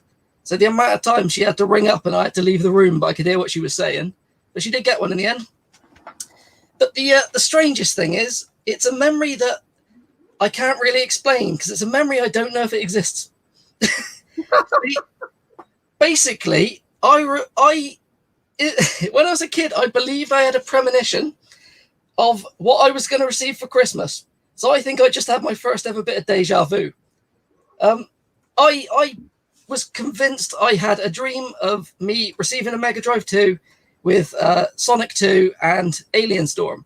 But me being an idiot, I didn't know it was called Alien Storm. I thought it was called Alan Storm, which I think that sounds really creepy. But yeah, I thought, okay, if this turns out what it be, I remember even telling my mum before Christmas Day, like, this is what I think I'm going to get. And lo and behold, I opened it up, and in my mind, the whole day was replaying like I'd seen it before. But I think it's probably all bullshit, and it's my mind damaged from years of drink. So it probably didn't happen. You know what? You mentioned that, though. Did you ever used to do this as a kid? Dream that you had something or you got something and then woke up in the morning and was completely fucking devastated because you hadn't got it? Oh, yeah. All the time I do that now. I once dreamed that I'd done the job that I was going to do the next day. And then I was fucking devastated because I had to go and do it again while I was awake. I wake up sometimes thinking I was still at school. And I just think, oh, fuck me, I've got to start my collection again. Alan Storm is a winner. It's just loads of big game hours running at you. Oh, fuck no. I cannot imagine that. So the first question I've been asking everyone is your favourite non-gaming gift you got as a kid? Non-gaming stuff, yeah. It was, the Ghostbusters Firehouse. I was given that as a kid.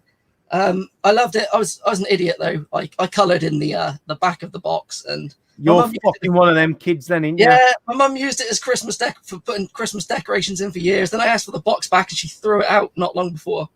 But it wasn't just the station. Inside, she said, when you pull it out, have a look. And this was inside it. I already had the Ecto 1, so I didn't know what it was going to be. And I've still got it here. It's the beetle that turns. Oh, yes. I had that. It's my original one, so it's slightly broken. So I've got to kind of put it back together now when it comes open. Fucking hell, you've snapped his neck, Ross. Yeah, I know. I was a savage child. I had that. I can't even remember what that. It's got a name, that vehicle. Yeah, I can't. I'm sure Janine's driving it on the box art. Yeah, she is. Yeah, yeah, and the engine's jumping at the back, isn't it? Yeah. Oh, there was like a rubber. The ghost on that was different to the other ghosts because they were a hard plastic. Yeah. That one was like a silvery rubber, like sort of thing. Yeah, yeah. I've still got all the bits to it somewhere, and somehow the like seat belts have fallen out of it. But yeah, it's my original one. I've got so much of this stuff. So brilliant, man. I love ghosts. I love all toys really, from the late 80s to the early 90s. Yeah, I think now. I suppose the only thing I can think that's close to it now is for other kids is Ben 10 stuff. That's probably the most unique sort of current stuff. But everything else, I think it's just fodder and crap, really. Oh, it's all real cheaply made, isn't it? And snaps instantly. Toys and cartoons. Toys and cartoons were really good and well made back in the 80s and 90s, unless I'm looking back with rose-tinted glasses, that's for sure. I don't know, you've got enough of them around you, so yeah. They're pretty well made. Yeah, true. My next question is, what is your favourite Christmas song? Well, I was going to say one, but it's already been said, strangely, by Eddie and Rob. And then I thought I'll mix it up and I'll bring out the singles. No, Rob did that. So I'll go with my next one, which is Trans-Siberian Orchestra's Wizards in Winter. Mate, you're going to have to sing that alone because I have no clue. There is no lyrics to it. Yeah, clever move. I like what you've done there. It's something you probably will have heard but won't know the name of. Do you remember years ago there was a viral video going around of a house set up to some kind of weird, almost metal-y Christmas music, and all the lights would flash? I have no clue. Can you hum us the tune? not. It doesn't really have much on. It just goes then there's some weird bells over the top of it. But I really like it. Fucking hell. It's a bit bizarre. I don't think you're winning choice of the evening for that one. No, to be honest. probably not. I don't think anyone really knows what that one is. But I bet you now everyone's going to be looking it up after. It's awesome. It could make its way into the chart if it gets looked up at that much. So my final thing to say to you really is just a message from you to everyone watching or who watches this back, just a message to the whole gaming community, really. Yeah, well, it's been a shit year. It's going to be more shit to come. It's Christmas. Try to enjoy it. Join the streams if they're on. Talk to people. And try not to die. It's good advice. Yeah, that's it. Get pissed up. Have fun. I can't knock any of that. It's all sound advice. So the final thing to me is thank you for coming on at very short notice. I know Big Email twisted your arm very, very much to join in. The invitation was open to everyone. So if anyone's watching who thinks Danester hasn't invited me, I did as much as I can to invite everyone. So Ross, obviously I've spoke to you a few times in the post parties. I've seen you on plenty of streams and stuff like that. Just a thank you to me for coming on, really. No problem. Brilliant. Anytime. Thank you. And I want to wish you a Merry Christmas and I hope you have as good a one as possible. Oh, I plan to. And if you need any skip hires for that fucking tap behind you, just let me know. I'll order it. Yeah, you need more than one. Brilliant. For anyone who doesn't know, Ross's real channel name is the 360 Collector. You should know him. If not, go check him out. But thank you for coming on, Ross, mate. No problem. Cheers. What a top guy Ross is. Thank you for coming on. Big Game Al made him come on. So Al, thank you. I need to thank Al very much because I'm not in the big WhatsApp group, and it's purely because I just don't have time to follow the chat. Al he's made this as much possible as me. He's been peddling it, he's been pestering people, and I feel like I've been pestering people, but I just want to say thank you to everyone who's been on. I need another drink, that's for sure. And this next person, I feel bad because I'm not sure whether he told me he wanted to come on. I feel like I missed him out, but I'm glad he's here because the man's a wizard. We've got another snowball in the house, so this will be going down pretty quick. He's done so much for me, as in repairing stuff and doing stuff for me now. I want to thank him for that, and I want to introduce him to you all. It's Goodwin's Grotto, which is Goodwin's Place. Hello. How are you doing? I'm great, mate. How are you? Christmas jumper with a 3D bit. Look, it's not quite balls in the camera, but we gotta wag the carrot instead. Brilliant. How are you, Craig, mate? You all right?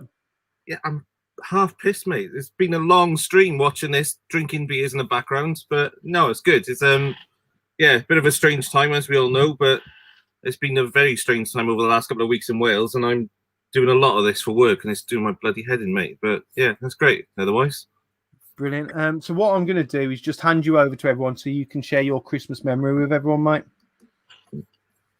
No worries. Yeah, I think like everyone else, I'm an 80s kid, so 1980 born, but I'm a November 1980s kid as well. So a lot of my Christmas presents, birthday presents, all rolled into one. So I think a lot of them have already said this, but it's the Sega Master System. I'm not going to use my little budgety gadget thing. You've got a stream thing, haven't you? Oh, man. Fucking showing me up on my own stream with his modern technology. You can't fault it. You've got to play around with the buttons when you've got buttons in front of you, haven't you? But the Master System was just an amazing system for me, and I've got a growing collection. It's not amazing. It's not nowhere near a complete collection. I'm not going for the complete collection either. But it's just one of those nostalgic systems that I just loved playing as a kid. It was the one I took to my nan's house when I was sleeping over on the weekends and when my parents were shipping me off to go out on the piss, probably. But it's just one of those systems that I had a load of games for. I got another button. I had the 3D glasses for a while. But I think I had it for the build up towards the Mega Drive. And then, like most people, well, I can see a lot of people on here have had their old systems and kept them all the way through, which is amazing. I think out of my original kit, I've got, I don't know whether you can see it up there, my Game Boy box is there. That's the empty box of my Game Boy I had as a kid. That's the variant that I picked up and swapped it for the one that I had. Yeah, I bought that. I think I nagged my parents so much when we were on holiday that they bought it for me in like Ventura or somewhere. So I didn't even know whether it's a UK PAL. It's a European one, definitely. But yeah, we sold our systems on to buy the next one. So I remember selling my my Master System to buy a Mega Drive with all the kit, all the 3D glasses, all my games and everything. Sold it on, and then had a Mega Drive. Obviously, at the time, you loved it because you had the latest system and you were able to play the games and get on with it. But looking back now, that guy that bought my Master System off me, I'm tempted to go and knock on his door because I know he still lives there. But yeah, he had a bargain back then, and it's worth a fortune now, whatever he had, because we had loads of games for it, because it was like a shared one in the family. We had it for myself, my brother, my sister had a claim to it, but she never played it at all. But yeah, the Master System was just that iconic system for me for the 80s. We had computers and things before, like everyone's mentioned on here. We had we didn't have a BBC in the house. We had them in school, but we had Amstrads and Sinclair Spectrums and things like that.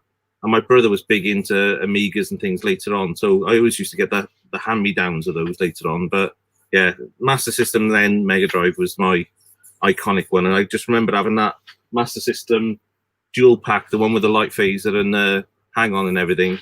I just loved having that for Christmas, and that was my own system pretty much. That was the one that I had a room, even though my brother and sister were allowed to play it whenever they wanted. But yeah, it was pretty great system for me, that one.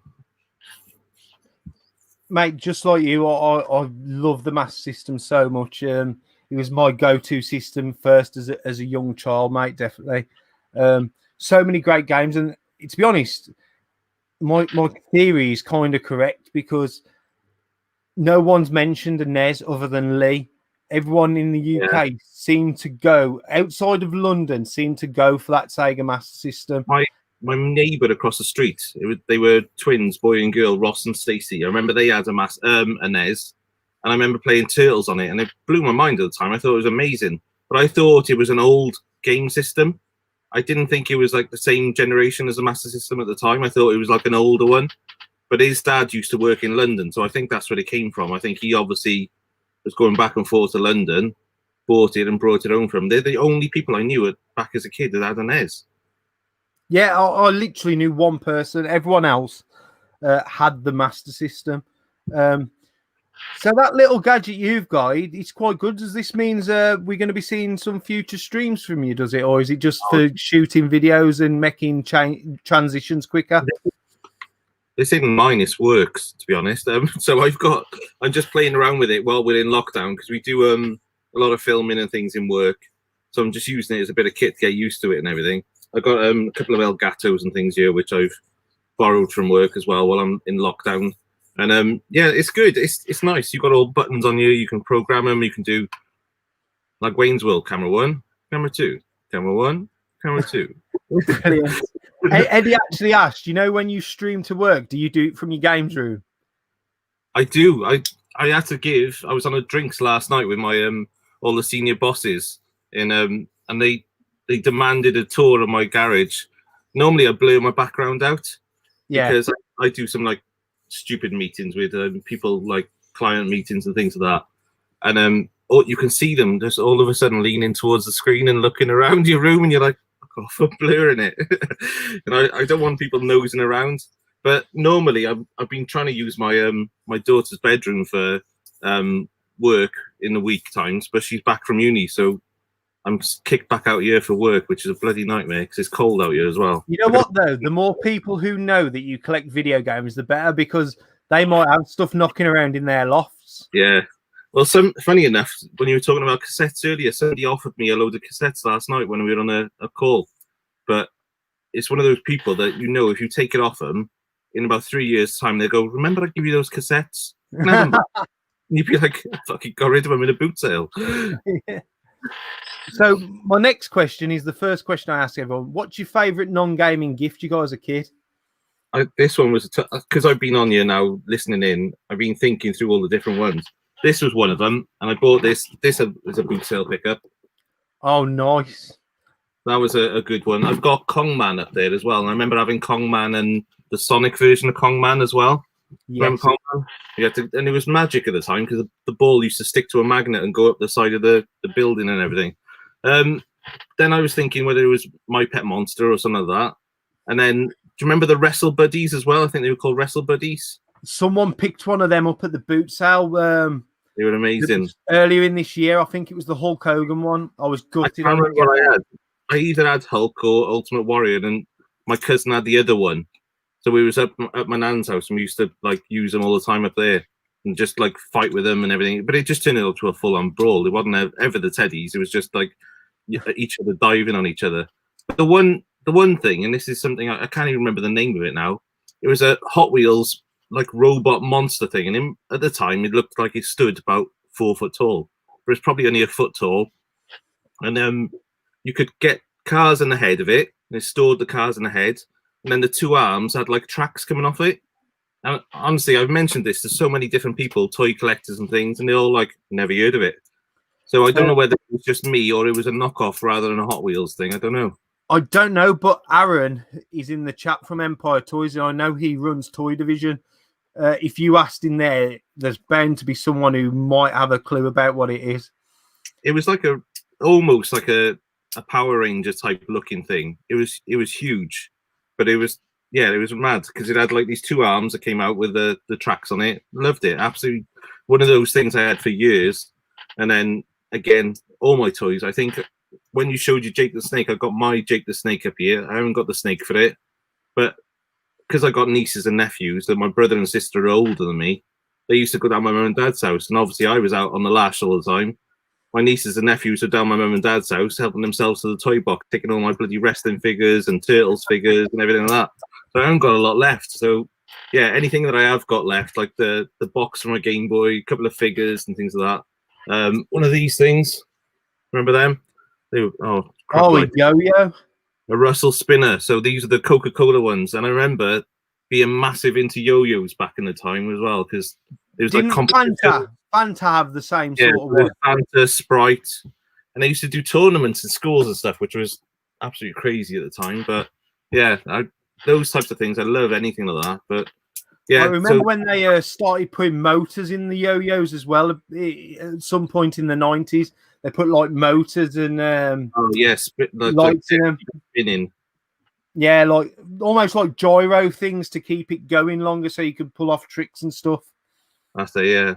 No, there was all those types of things, but I think that Hot Wheels car I don't know what it was about it, but it just stuck in my memory for years and years afterwards. It was just one of those things that if I found it and managed to find it boxed, I'd absolutely love it. But I can't even remember the name of it. To search for it on eBay, it's just one of those toys that is in the back of your memory, and you just, I'll probably never see it ever again. But we'll hopefully one day. Nice. So my next question is what's your favourite Christmas song? Oh, well, I don't know whether. No, I think LKG mentioned it earlier. It was the Michael Bublé album is It's Christmas in My House when Bublé comes on, and it's got to be. Let's see if we can play this as well. Merry Christmas, ladies. Merry Christmas, Mr. Bublé. Are you ready to sing a little Jingle Bells? Yes. Jingle bells, jingle bells, jingle all the way. Oh, what fun it is to ride in a one-horse open sleigh. It's just the bluesiness of it. I love it. I never thought I'd have two Bublé fans. Bublé. But honestly, when Christmas comes, it's like we're one of those households. It's not Christmas till December. We won't put the tree up or anything else, and then half the houses around here are like lit up from like as soon as Halloween's over. Yeah, I'm the same, man. December 1st for me, and then you can have Christmas. And that's when Bublé comes out. You get him out of his box, and he can play your songs, and then that's it. But yeah, Christmas is on then. Brilliant. So my final thing to ask you is just a message from you to everyone watching or who's going to watch it back, to the whole community. Just again, a massive thank you to you, everyone in the community, everyone that I speak to on WhatsApp and everything else. I started doing YouTube 2 years ago properly. I've had a channel for years and years now, but but I started doing it 2 years ago to try and build up presenting skills for work. Basically, I hate doing presenting and things like that. And the community's been absolute amazing. I think I would have quit doing it if I wasn't for the community, if I'm totally honest. I've been slacking over the last couple of months. I haven't done many videos. I've been busy with everything else. So I think 2020 is going to be 21 is going to be my year for getting back on it, doing some repairs, doing things for the community and being part of it. Yeah, just thank you to everyone, and everyone have a great Christmas, New Year. And as everyone said, we're all around. If you need anything, just give us a text, give us a message. We can all jump on a video, have a chat. And yeah, just thank you for everyone for the support as well, for both ways, really. So thank you for that. Brilliant. I just want to say, Craig, you're a massive part of the community, a massive player, mate. You've done stuff for me. Obviously, you took that Dreamcast that was a bag of shit that I sent you and made it into something wonderful that's on a Dad and Lads now. You're becoming the go-to guy to do stuff, and you know, we all appreciate that. And if ever it gets too much for you and everyone's putting on you, just say, man, don't feel obliged to do it. No, honestly, it's good to. I really do enjoy it. I've got a couple of things here off, guys. I've got a DS there off of Sean Pompey Games Room to have a look at and things like that. So I'm happy to look at stuff for people and show what I can do, really, because I've only scratched the surface. I've been really lucky with most of the things I've worked on and filmed. They're fairly easy fixes. So no, it's good. It's good content for me. It's good for you guys to get things fixed and that. So yeah, no, it's all good. I'm happy with that. Brilliant. And I just want to thank you for coming on. No. I remember when Russ found your channel and I started watching. I just want to say you're a brilliant guy, and thank you for everything you do. Right. And thank you for coming on. And I want to wish you and all your family a Merry Christmas. Oh, you're a star. Thank you. All right, keep up it. Good work, mate. I'll catch you soon. Cheers. Thank you. What a top guy we've got there with Craig Goodwin's Place. If you don't know his channel, you should do. Go and check him out. The man is a genius. Now, the next guy who's on is one of the former TRL members with myself, which seems like such a long time ago now. He's decided to join in. I want to add him to the stream. He's my brother from another mother. It's Big Mike. Hello. You're right, Dana. How's you, mate? I'm good, mate. I'm good. How are you? Yeah, not too bad, mate. Not too bad. Getting there. Brilliant, brilliant. I'm glad you decided to come on in the end. We seem to have lost 2 to UK from the roll call. He must have got eliminated backstage. But I'm just going to do what I've done with everyone else and hand over centre stage to you to start with. Okay. So not really sure too much about how to do this. So because as Craig just said, then I'm a November child, so a lot of my sort of Christmases and a lot of my birthdays and Christmases roll into one, so the memories are a bit hazy. But the real sort of memory I have, and it's not a video gaming memory, which might mess up Dana's questions a little bit, is my dad's a lorry driver, so it's a bit sort of touch and go whether he was home for Christmas. And he also worked on the oil rigs and stuff like that. So a lot of times of the year he was away, and it was whether Dad would get home for Christmas. And one year, the big toy of the year back then was Optimus Prime from Transformers. And back then you actually did get toy shortages, so it was quite hard to get an Optimus Prime. And last minute, my dad was back in the UK. He drove his lorry to the Toys R Us at Cribbs Causeway. And the manager of Cribbs Causeway came out and he said, "You right, drive? What have you got on for us?" He's expecting a toy delivery. My dad's like, "No, I've just come to get an Optimus Prime for me boy." So the manager actually walked my dad round and got the Optimus Prime. So that Christmas, I remember like my parents always made really, really sort of happy Christmas for me. I was a really excited little kid. I used to stay awake and. My mum would come in and like, "Oh, I think I can hear Santa. I think I can hear him on his sleigh." And that we'd open the window. She'd put me up to the window, and he's happy having a drink downstairs. He probably just wants to go to bed. He's knackered, been working all year. And she'd have him shaking some bells downstairs, and she'd be going, "Can you hear him? Can you hear him?" And I'm like, "Yeah, I can hear him. I can hear him. I can hear him. I can hear him." And I used to be so excited, and I used to. Stay awake as long as I could, and I know my mum and dad would be having a drink downstairs. They'd just be waiting for me to fall asleep, and that's what used to happen. Is I used to stay awake for as long as I could, And eventually I'd fall asleep. And that was what my parents used to do. He used to come in, sneak into my room and lay all my presents out, and then I'd wake up in the morning and all my presents would be around. I'd be so excited. My mum and dad probably only just gone to bed. I just go rushing into their room like, he's been. And I'm jumping off like a mental, like doing laps in the house, and just really, really cool and happy memories as a child. Just really, really nice times Christmas. My parents definitely made the best of it they could for me. So it's like you say, when we look back on what our parents done for us, they certainly done the best job that they could have done. No, that's brilliant, mate. So Optimus Prime. So you've already answered the next question that I'm going to ask you, yeah? Yeah. So I'll flip it round. What was your best gaming present you got for Christmas then? You coming back? It's just me at the moment. Sorry, mate. Here I am. I'm here. Sorry.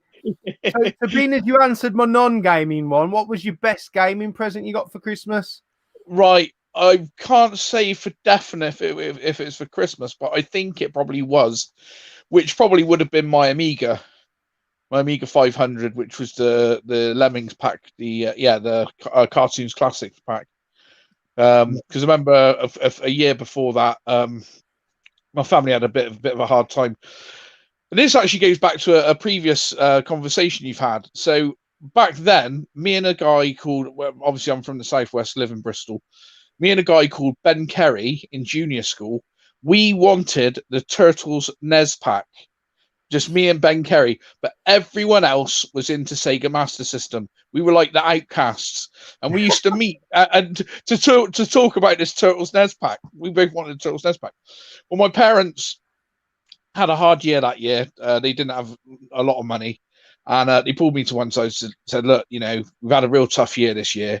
If you can wait another 12 months, we can get you your Amiga." But this Christmas is going to be tight, and I was like, I wanted my Amiga. They were like 500 odd quid, weren't they? Do you know what I mean? So I was like, I knew that was a real something for them to do, and so I waited a year, and then my mate Ben got the NES pack, the Turtles NES pack. So you go down Ben's house and play that, and a year later I got my Amiga, and a year after that I got my SNES. So it was a winner, chicken dinner all round really with that one. What I will say is everyone going on about wanting the NES for the Turtles. I think that game's shit. Oh, it was, but Turtles was such a big thing back then, wasn't it? The marketing they done for that pack was brilliant, I mean, I remember, like, as I say, I was a sport little shit because, long story short, my dad is my dad, but he's my brothers and sisters' stepdad. So, like, I had, like, both parents buying me stuff, although he bought my brother and sister stuff. He spent that little bit more on me. Plus, I was like 13 years younger, so Christmas meant more to me than it did my brother and sister. But I remember the ball ache my parents had getting all 4 Turtles figures. Because like you, I'm a November baby, late November 20th I am. Anyone wants to send me a present or card next year. So, like, I remember the ball ache of them getting me all 4 Turtles figures. The ball ache of them getting me the full set of the Power Ranger figures because it's not like that now. Like, well, I don't think it is because I've not got any young kids. I don't think it is. But trying to get a full set of something for Christmas was absolute ball ache. Like, Yeah, it's back then when I was a kid. I remember. I think I had He-Man, but I couldn't get the Skeletor. There was literally toy shortages. There weren't enough. You couldn't get enough in the country at the time. It's which now the shortages they seem to have, I reckon, are very forced. Like, didn't have enough Switches, they didn't have enough Wiis. I think they sort of do that to create a false, even with the PS5s, like, You know what? It's almost like they're catering to the scalping market because I'd love a PS5, right? But you can get one if you go to if you go on Amazon like Italy or Spain or something like that. Apparently, you can get them easy and get them delivered. I ain't buying fuck all from Italy. I'll get a wooden cabinet or something. But there's no way I'm paying £800 to £1,000 for a system that's worth $550 when I know eventually that system's going to be made in its millions. Do you know what I mean? I think once Christmas is out of the way, they'll be readily available. Agreed. I reckon we sat on loads now. That they're just creating a false market. Agreed. And false hype. Yeah. So my next question is, Mike, what's your favourite Christmas song? Well, I don't know the name of it, and I don't know the words for it, but I know the beginning of it, and they get paid every time it's played, I believe. Is it Slave? Is it Slade? It's Christmas. Oh God, yeah. Noddy Holder. He's from Noddy Holder the area. gets paid every time. But that's all I know is like it's Christmas. My dad. It started, doesn't it? Because we're from Dudley, Noddy Holder. I think he's from Wolverhampton, similar Right. sort of area. My dad and my uncle were massive Slade fans back in the day, and my dad loves Slade now, like sort of thing. Yeah. So I mean, that's just when you hear that song, and it's just a real Christmas song, isn't it? It's just like that's it. That's Christmas started, isn't it? And he gets paid every time it's get played. So, he must. God knows how much money he's made off of that song. you don't hear Every rock and roll Christmas much anymore. What's that? Rock and roll Christmas. You don't Pete hear mentioned that in the comments earlier. Did he? I missed it. Sorry. So my final thing to say to you, Mike, is just a message from you to everyone watching and watching back, everyone in the community. Well, I think, like you say, everyone really has had a piss poor year, haven't they? Really. But the thing is no matter what's going on or what we're told going on or whatever, don't let it get you down. Don't let it. There's not much we can do about anything anyway. We've just got to try and make the best of the situation that we're in. Just try and be decent to people. Try and be nice to each other, and don't let all the negativity get you down. Like try and stay happy. Try and be good, and try and be decent to one another. Brilliant. And we'll all get there eventually, won't we? Yeah, mate. Brilliant. That's a great message for everyone. Quick question from me: are we going to get some content from you soon? I've got 3 videos to make for the bootleggers. I've got 3 different. I was going to make one video. I was like, no, it's going to be too many movie pickups to do in one video, so I'm doing it in DVDs, Blu-rays, then Stilton. So that should be 3 videos. I've also got a pickups video to do for my channel. Without further ado, retro as well. So yeah, I've got quite a lot. So it should be 3 or 4 videos. I'm going to try and get them done over the next couple of days, hopefully. So, and Brilliant. there might even be another special, possibly on Monday, because there might be something in the pipelines that may be happening on Monday. So I'm not sure yet. So Brilliant. So finally from me, Mike, as always, it's a pleasure to have you on. You and Pete, Old School Variety Face, you were with me on the first episode when we first ventured out on Live from Lockdown together.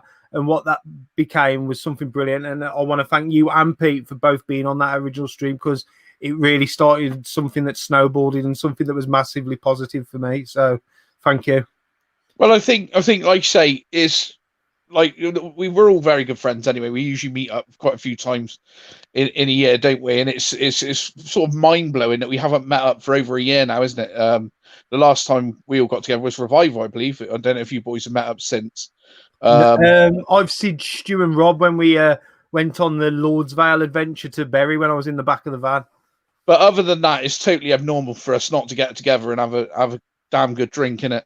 And hopefully touch some blooming wood, because I was saying to some of the lads the other night that we need a revival.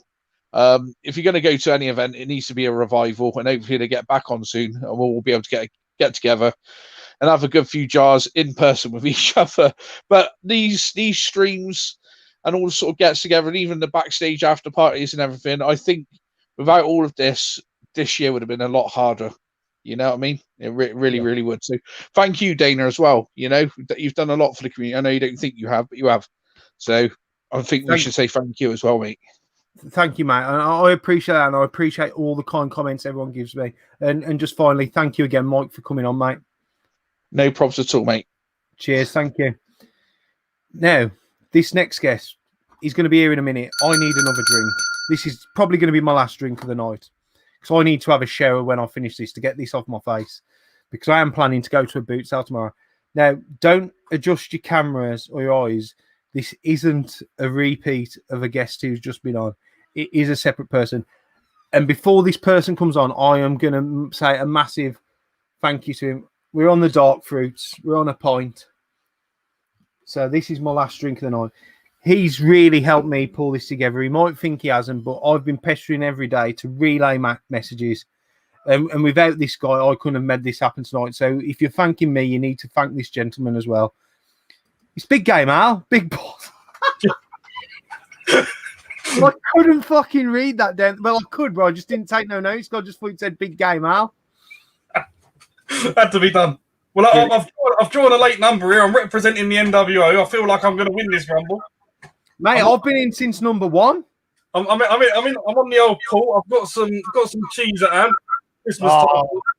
What I want to say is Al's been at work, come back, and he's staying up to be on this stream. So I want to say a massive thank you to Al, and also for all the hard work you've done relaying my messages to make this happen, mate. I massively appreciate it.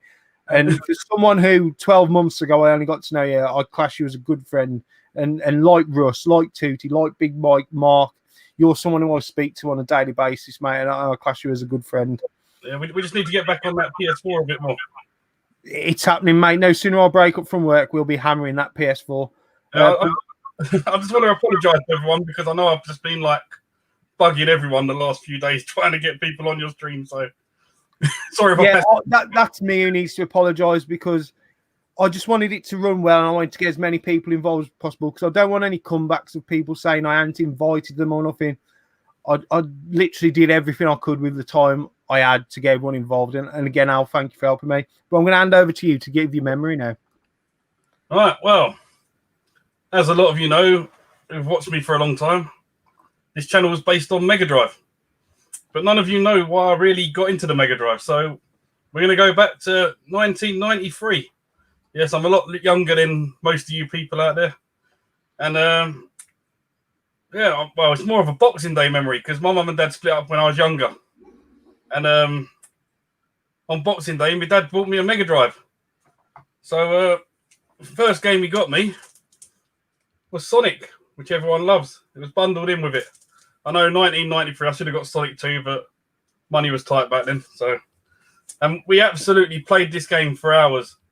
And it's probably one of the best memories I got with my dad that year, just playing this. So I was there for about 3 or 4 days, and we absolutely hammered this game. I think we completed it about 5 or 6 times in them couple of days.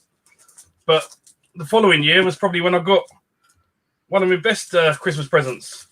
He picked me up a copy of Ghostbusters for the Mega Drive. And I absolutely love this game. And if anyone hasn't played it, you're missing out. Because this is probably one of your best platform games you're going to get. So yeah, that is my Christmas memories and pickups for you, Dana. Holy shit, you have just blown. You've shown me fucking. I'm a massive Ghostbusters fan, right? I've not got Ghostbusters on my Mega Drive purely because I thought it was like that shit one that's on the Master System. No, this is a good one. I like this one. Fuck me, I need to get that. That's getting ordered tomorrow. I've never looked because I've always seen it and thought it's like the shit one that was on all the 8-bit systems. Someone done a gameplay of it. I can't remember who it was. I'm sure someone in the comments will know. Recently. Fuck's sake, I'm getting that. You just cost me some money being on here now. It's quite an expensive game as well. I'll get it. Don't you worry. Don't you worry. I know Santa. I'll get it. So my first question, Al, what's your favourite non-gaming gift you ever got? Right. I got, when I was younger, one of them RC cars. Mm-hmm. I can't remember what they were, but they had like massive wheels on them. And like when you crashed, it used to flip over. Oh, fuck me. On both sides. They were brilliant. I've saw someone, it must be one of the toy guys who's done one of them up recently. And getting it working. Because like if you can go up the rocks and the terrain and everything. And all. Yeah, I'd love to get one back. They were brilliant. Because it was like the wheels were so big, you just couldn't crash the thing. You just used to hit things, ride up walls, flip over and everything. I can't remember what they're called. The Xbox 360 collector wants to know: are you Alan Storm? And did he? I'm in the game. I fly at you all the time. You'll be dreaming back tonight with my NWO t-shirt on and everything. I should have worn my NWO vest, but that's purely used for my rant videos normally. My NWO t-shirt. Well, I've only put this on because I haven't actually got any Christmas jumpers or t-shirts, and as it was a Royal Rumble stream, I thought I'd have 8 years. I'm going to get 10 out of it. I'll tell you now. I can't I think my missus got me this for one of the first Christmases we were together, and it's still knocking about. I mean, it only gets wore 2 fucking days a year. It's all to last me 20 years. You know what I mean? Well, there's no point in me getting one this year. Christmas is cancelled. It is for you, mate. Tier 4. So, next question. What's your favourite Christmas song? Well, I was going to say one, but it's already been said twice before. It doesn't matter. I might do a poll. So I do like Christmas Time by the Darkness. If anyone knows me, they know that I'm a massive Darkness fan. So, but I'm gonna pick a different one for this stream. I really like Band Aid. Do they know it's Christmas? Give us a sing then. It's Christmas time. There's no need to be afraid. At Christmas time, we let in light and we banish shade. Who sings on those bits? Let them know it's Christmas time. I'm going to let you into a little secret, man. If I'd have had a bit more time and I was breaking up for Christmas early, I was going to get tubers to sing verses of that and make a tubers version of Band-Aid. Oh, I would have been up for that. But I haven't got the time to edit it or nothing. What about as like we're all in lockdown? How about Old Lang Syne for New Year's? We're not even allowed to celebrate New Year's, are we now? Yeah, but surely we can put a video out on YouTube. We'll find someone else to that project. So I might have another project for New Year's Day. But anyway, final thing I'm going to ask from you, Al, is a message from you to everyone who's watching or watching this back. Everyone in the comments, a message from Big Game Al at Christmas time, please. Oh yeah, well, we all knew that this tragic news from Boris was coming today. You don't like to have us have fun, but I did hear that it was something about he didn't want to go and spend Christmas with his mother-in-law or something. So, but yeah, it's a bad time of year. Just if you have got elderly relatives, don't go and see them. Like they ain't gonna miss you for a day, but if you do go and see them, and if it happens, you won't forgive yourself for the rest of your life. So just stay safe, stick to the guidelines, and we'll all get through this together. Brilliant. And finally from me, Al, I know I've thanked you a lot, but thank you for being an integral part of this stream, mate, and helping it make it happen. It's run so smoothly. I thought it was going to be a shit show, I won't lie, but the way it's run, that's more down to the guests than me. I'm here, you know what I mean? Everyone's coming on time. Everyone's done their bit. It's been brilliant. But you was a massive part of getting everyone involved in this. So that's a personal thank you for me. And I want to wish you and all your family a very Merry Christmas. Cheers. I just want to say quickly, before you kick me off. Go on, then. Hold on. Forgot it now. No, that was it. Thanks for when I said to you I couldn't come on till late because I was working. So obviously I couldn't be in the draw of the numbers. So thanks for putting me on near the end. Nah, mate, I would have bent over backwards to get you on, mate, for everything you've done, and massively appreciate it. And everyone in the comments is happy that you're here. But I've got to break it to you. You've just been eliminated because you're not the last one. Oh, damn. Cheers, Al. So, we've got one more guest left.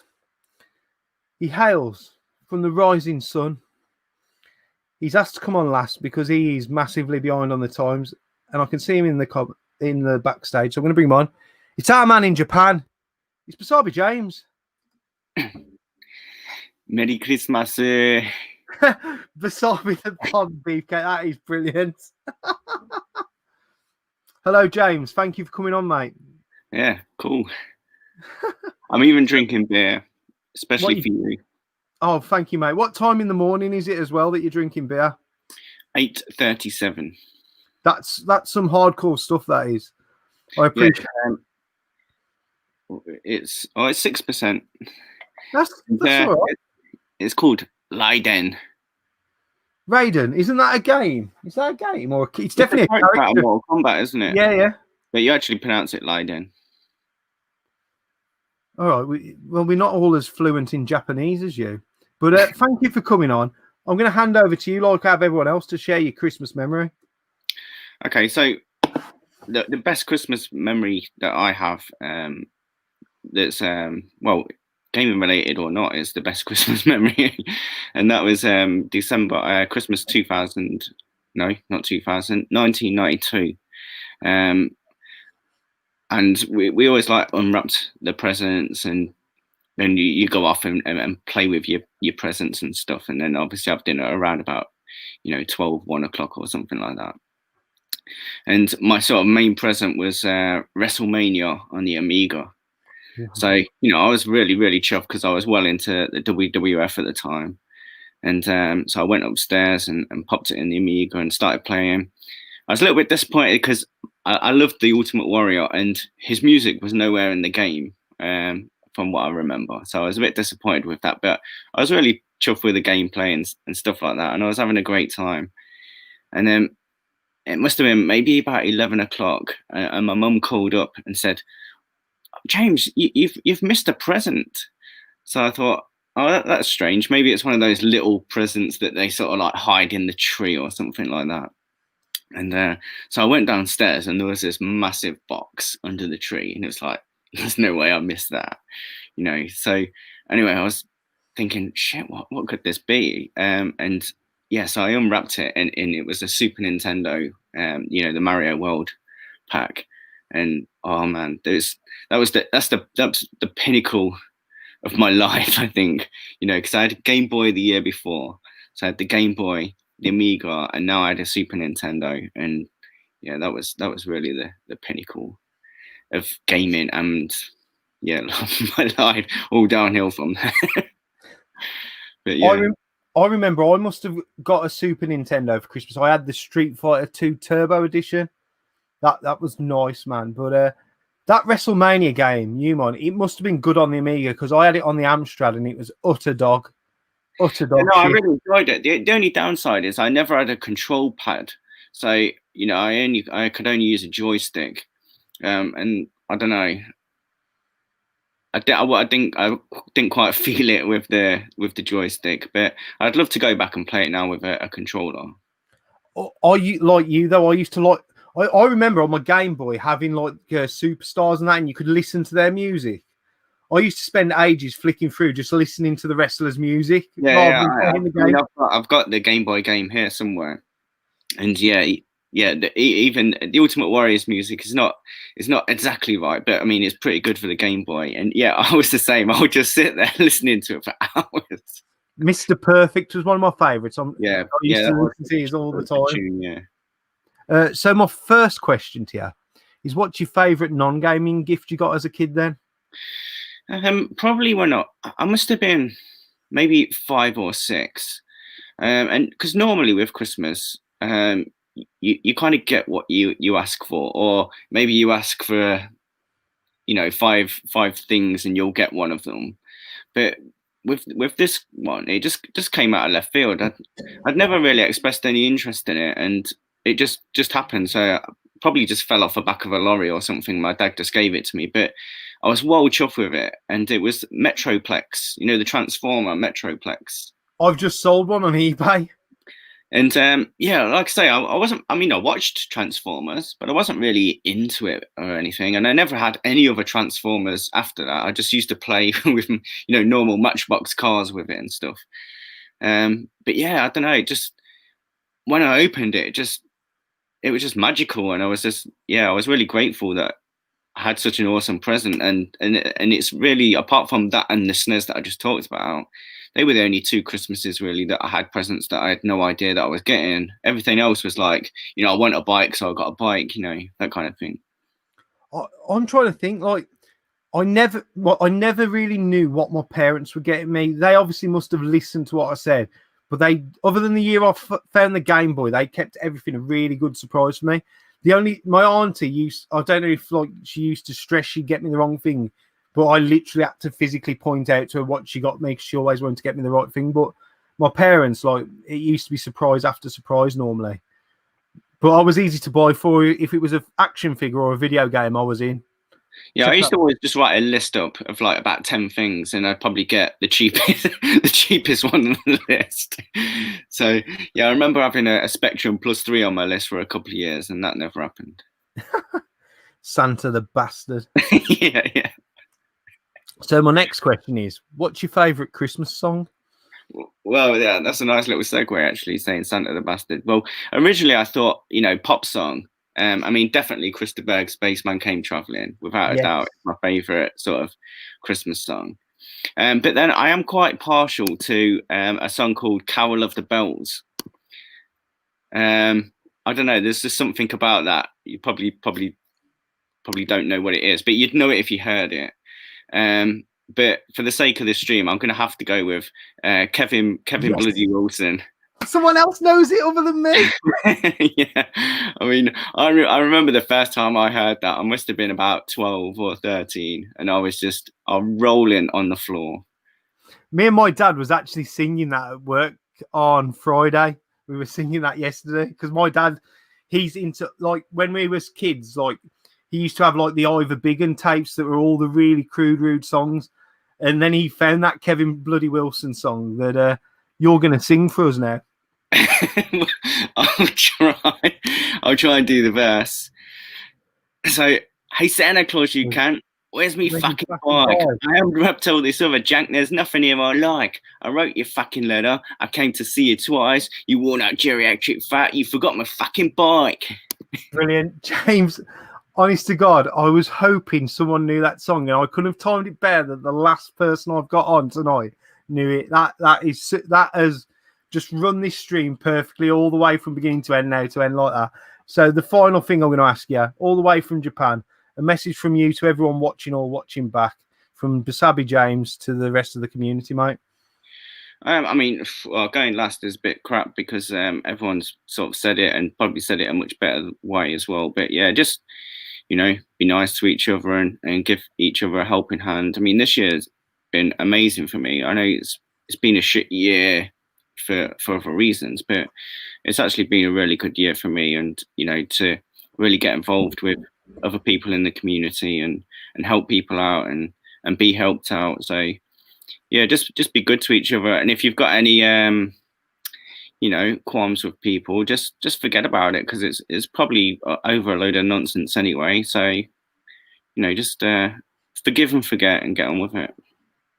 Brilliant, James. And finally from me, I want to thank you for obviously getting up at this ungodly hour to not only take part of the stream, but you were one of the first to ask. And when you asked to come on last, it was obviously a no-brainer, because I always enjoy having you on. And just to thank you from me to you, and wishing you a very Merry Christmas to you and all your family. And my final thing I want to ask, do you have KFC for Christmas dinner? Is that true? A lot of people do have KFC on Christmas Eve. Yeah. Yeah, I heard that. And is it snowing in Japan? It depends where you are, not where I am, but it is. If you're north of Tokyo, you're probably seen or have snow right now. Yeah. Right. But if you're sort of south of that, which I am, then no, it very, very rarely snows. Okay. Cheers. And again, James, thank you for coming on, mate. Thank you for being the last guest, and thank you for taking part, mate. Can I take my sweatpants off my head now? Of course you can. I didn't have a Santa's hat. Did you not? No. I did wonder what the shorts were. Thank you, James, mate. Much appreciated, and thank you for sharing your memories. No, well, thanks for doing the stream, Dana. It's been a blast. I watched it since 5 o'clock this morning. And it's absolutely insane, man. But thank you for being on, mate. No worries. Cheers. Right. Well, if everyone can just stick around for a few minutes, I'm not going to keep you too long.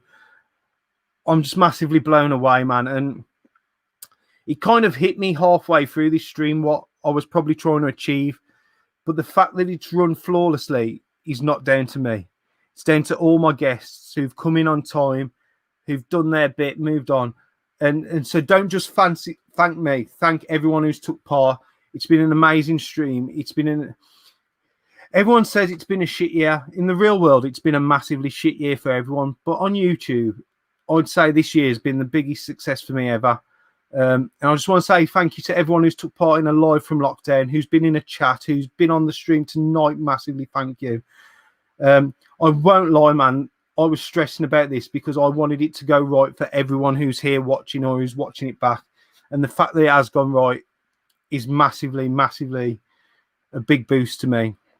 The year's nearly ended. We've got to vote YouTuber of the year. I want you all to vote Scott Sega Zombie if you wouldn't mind, because I'm no longer part of this year's, which I wasn't for a long time.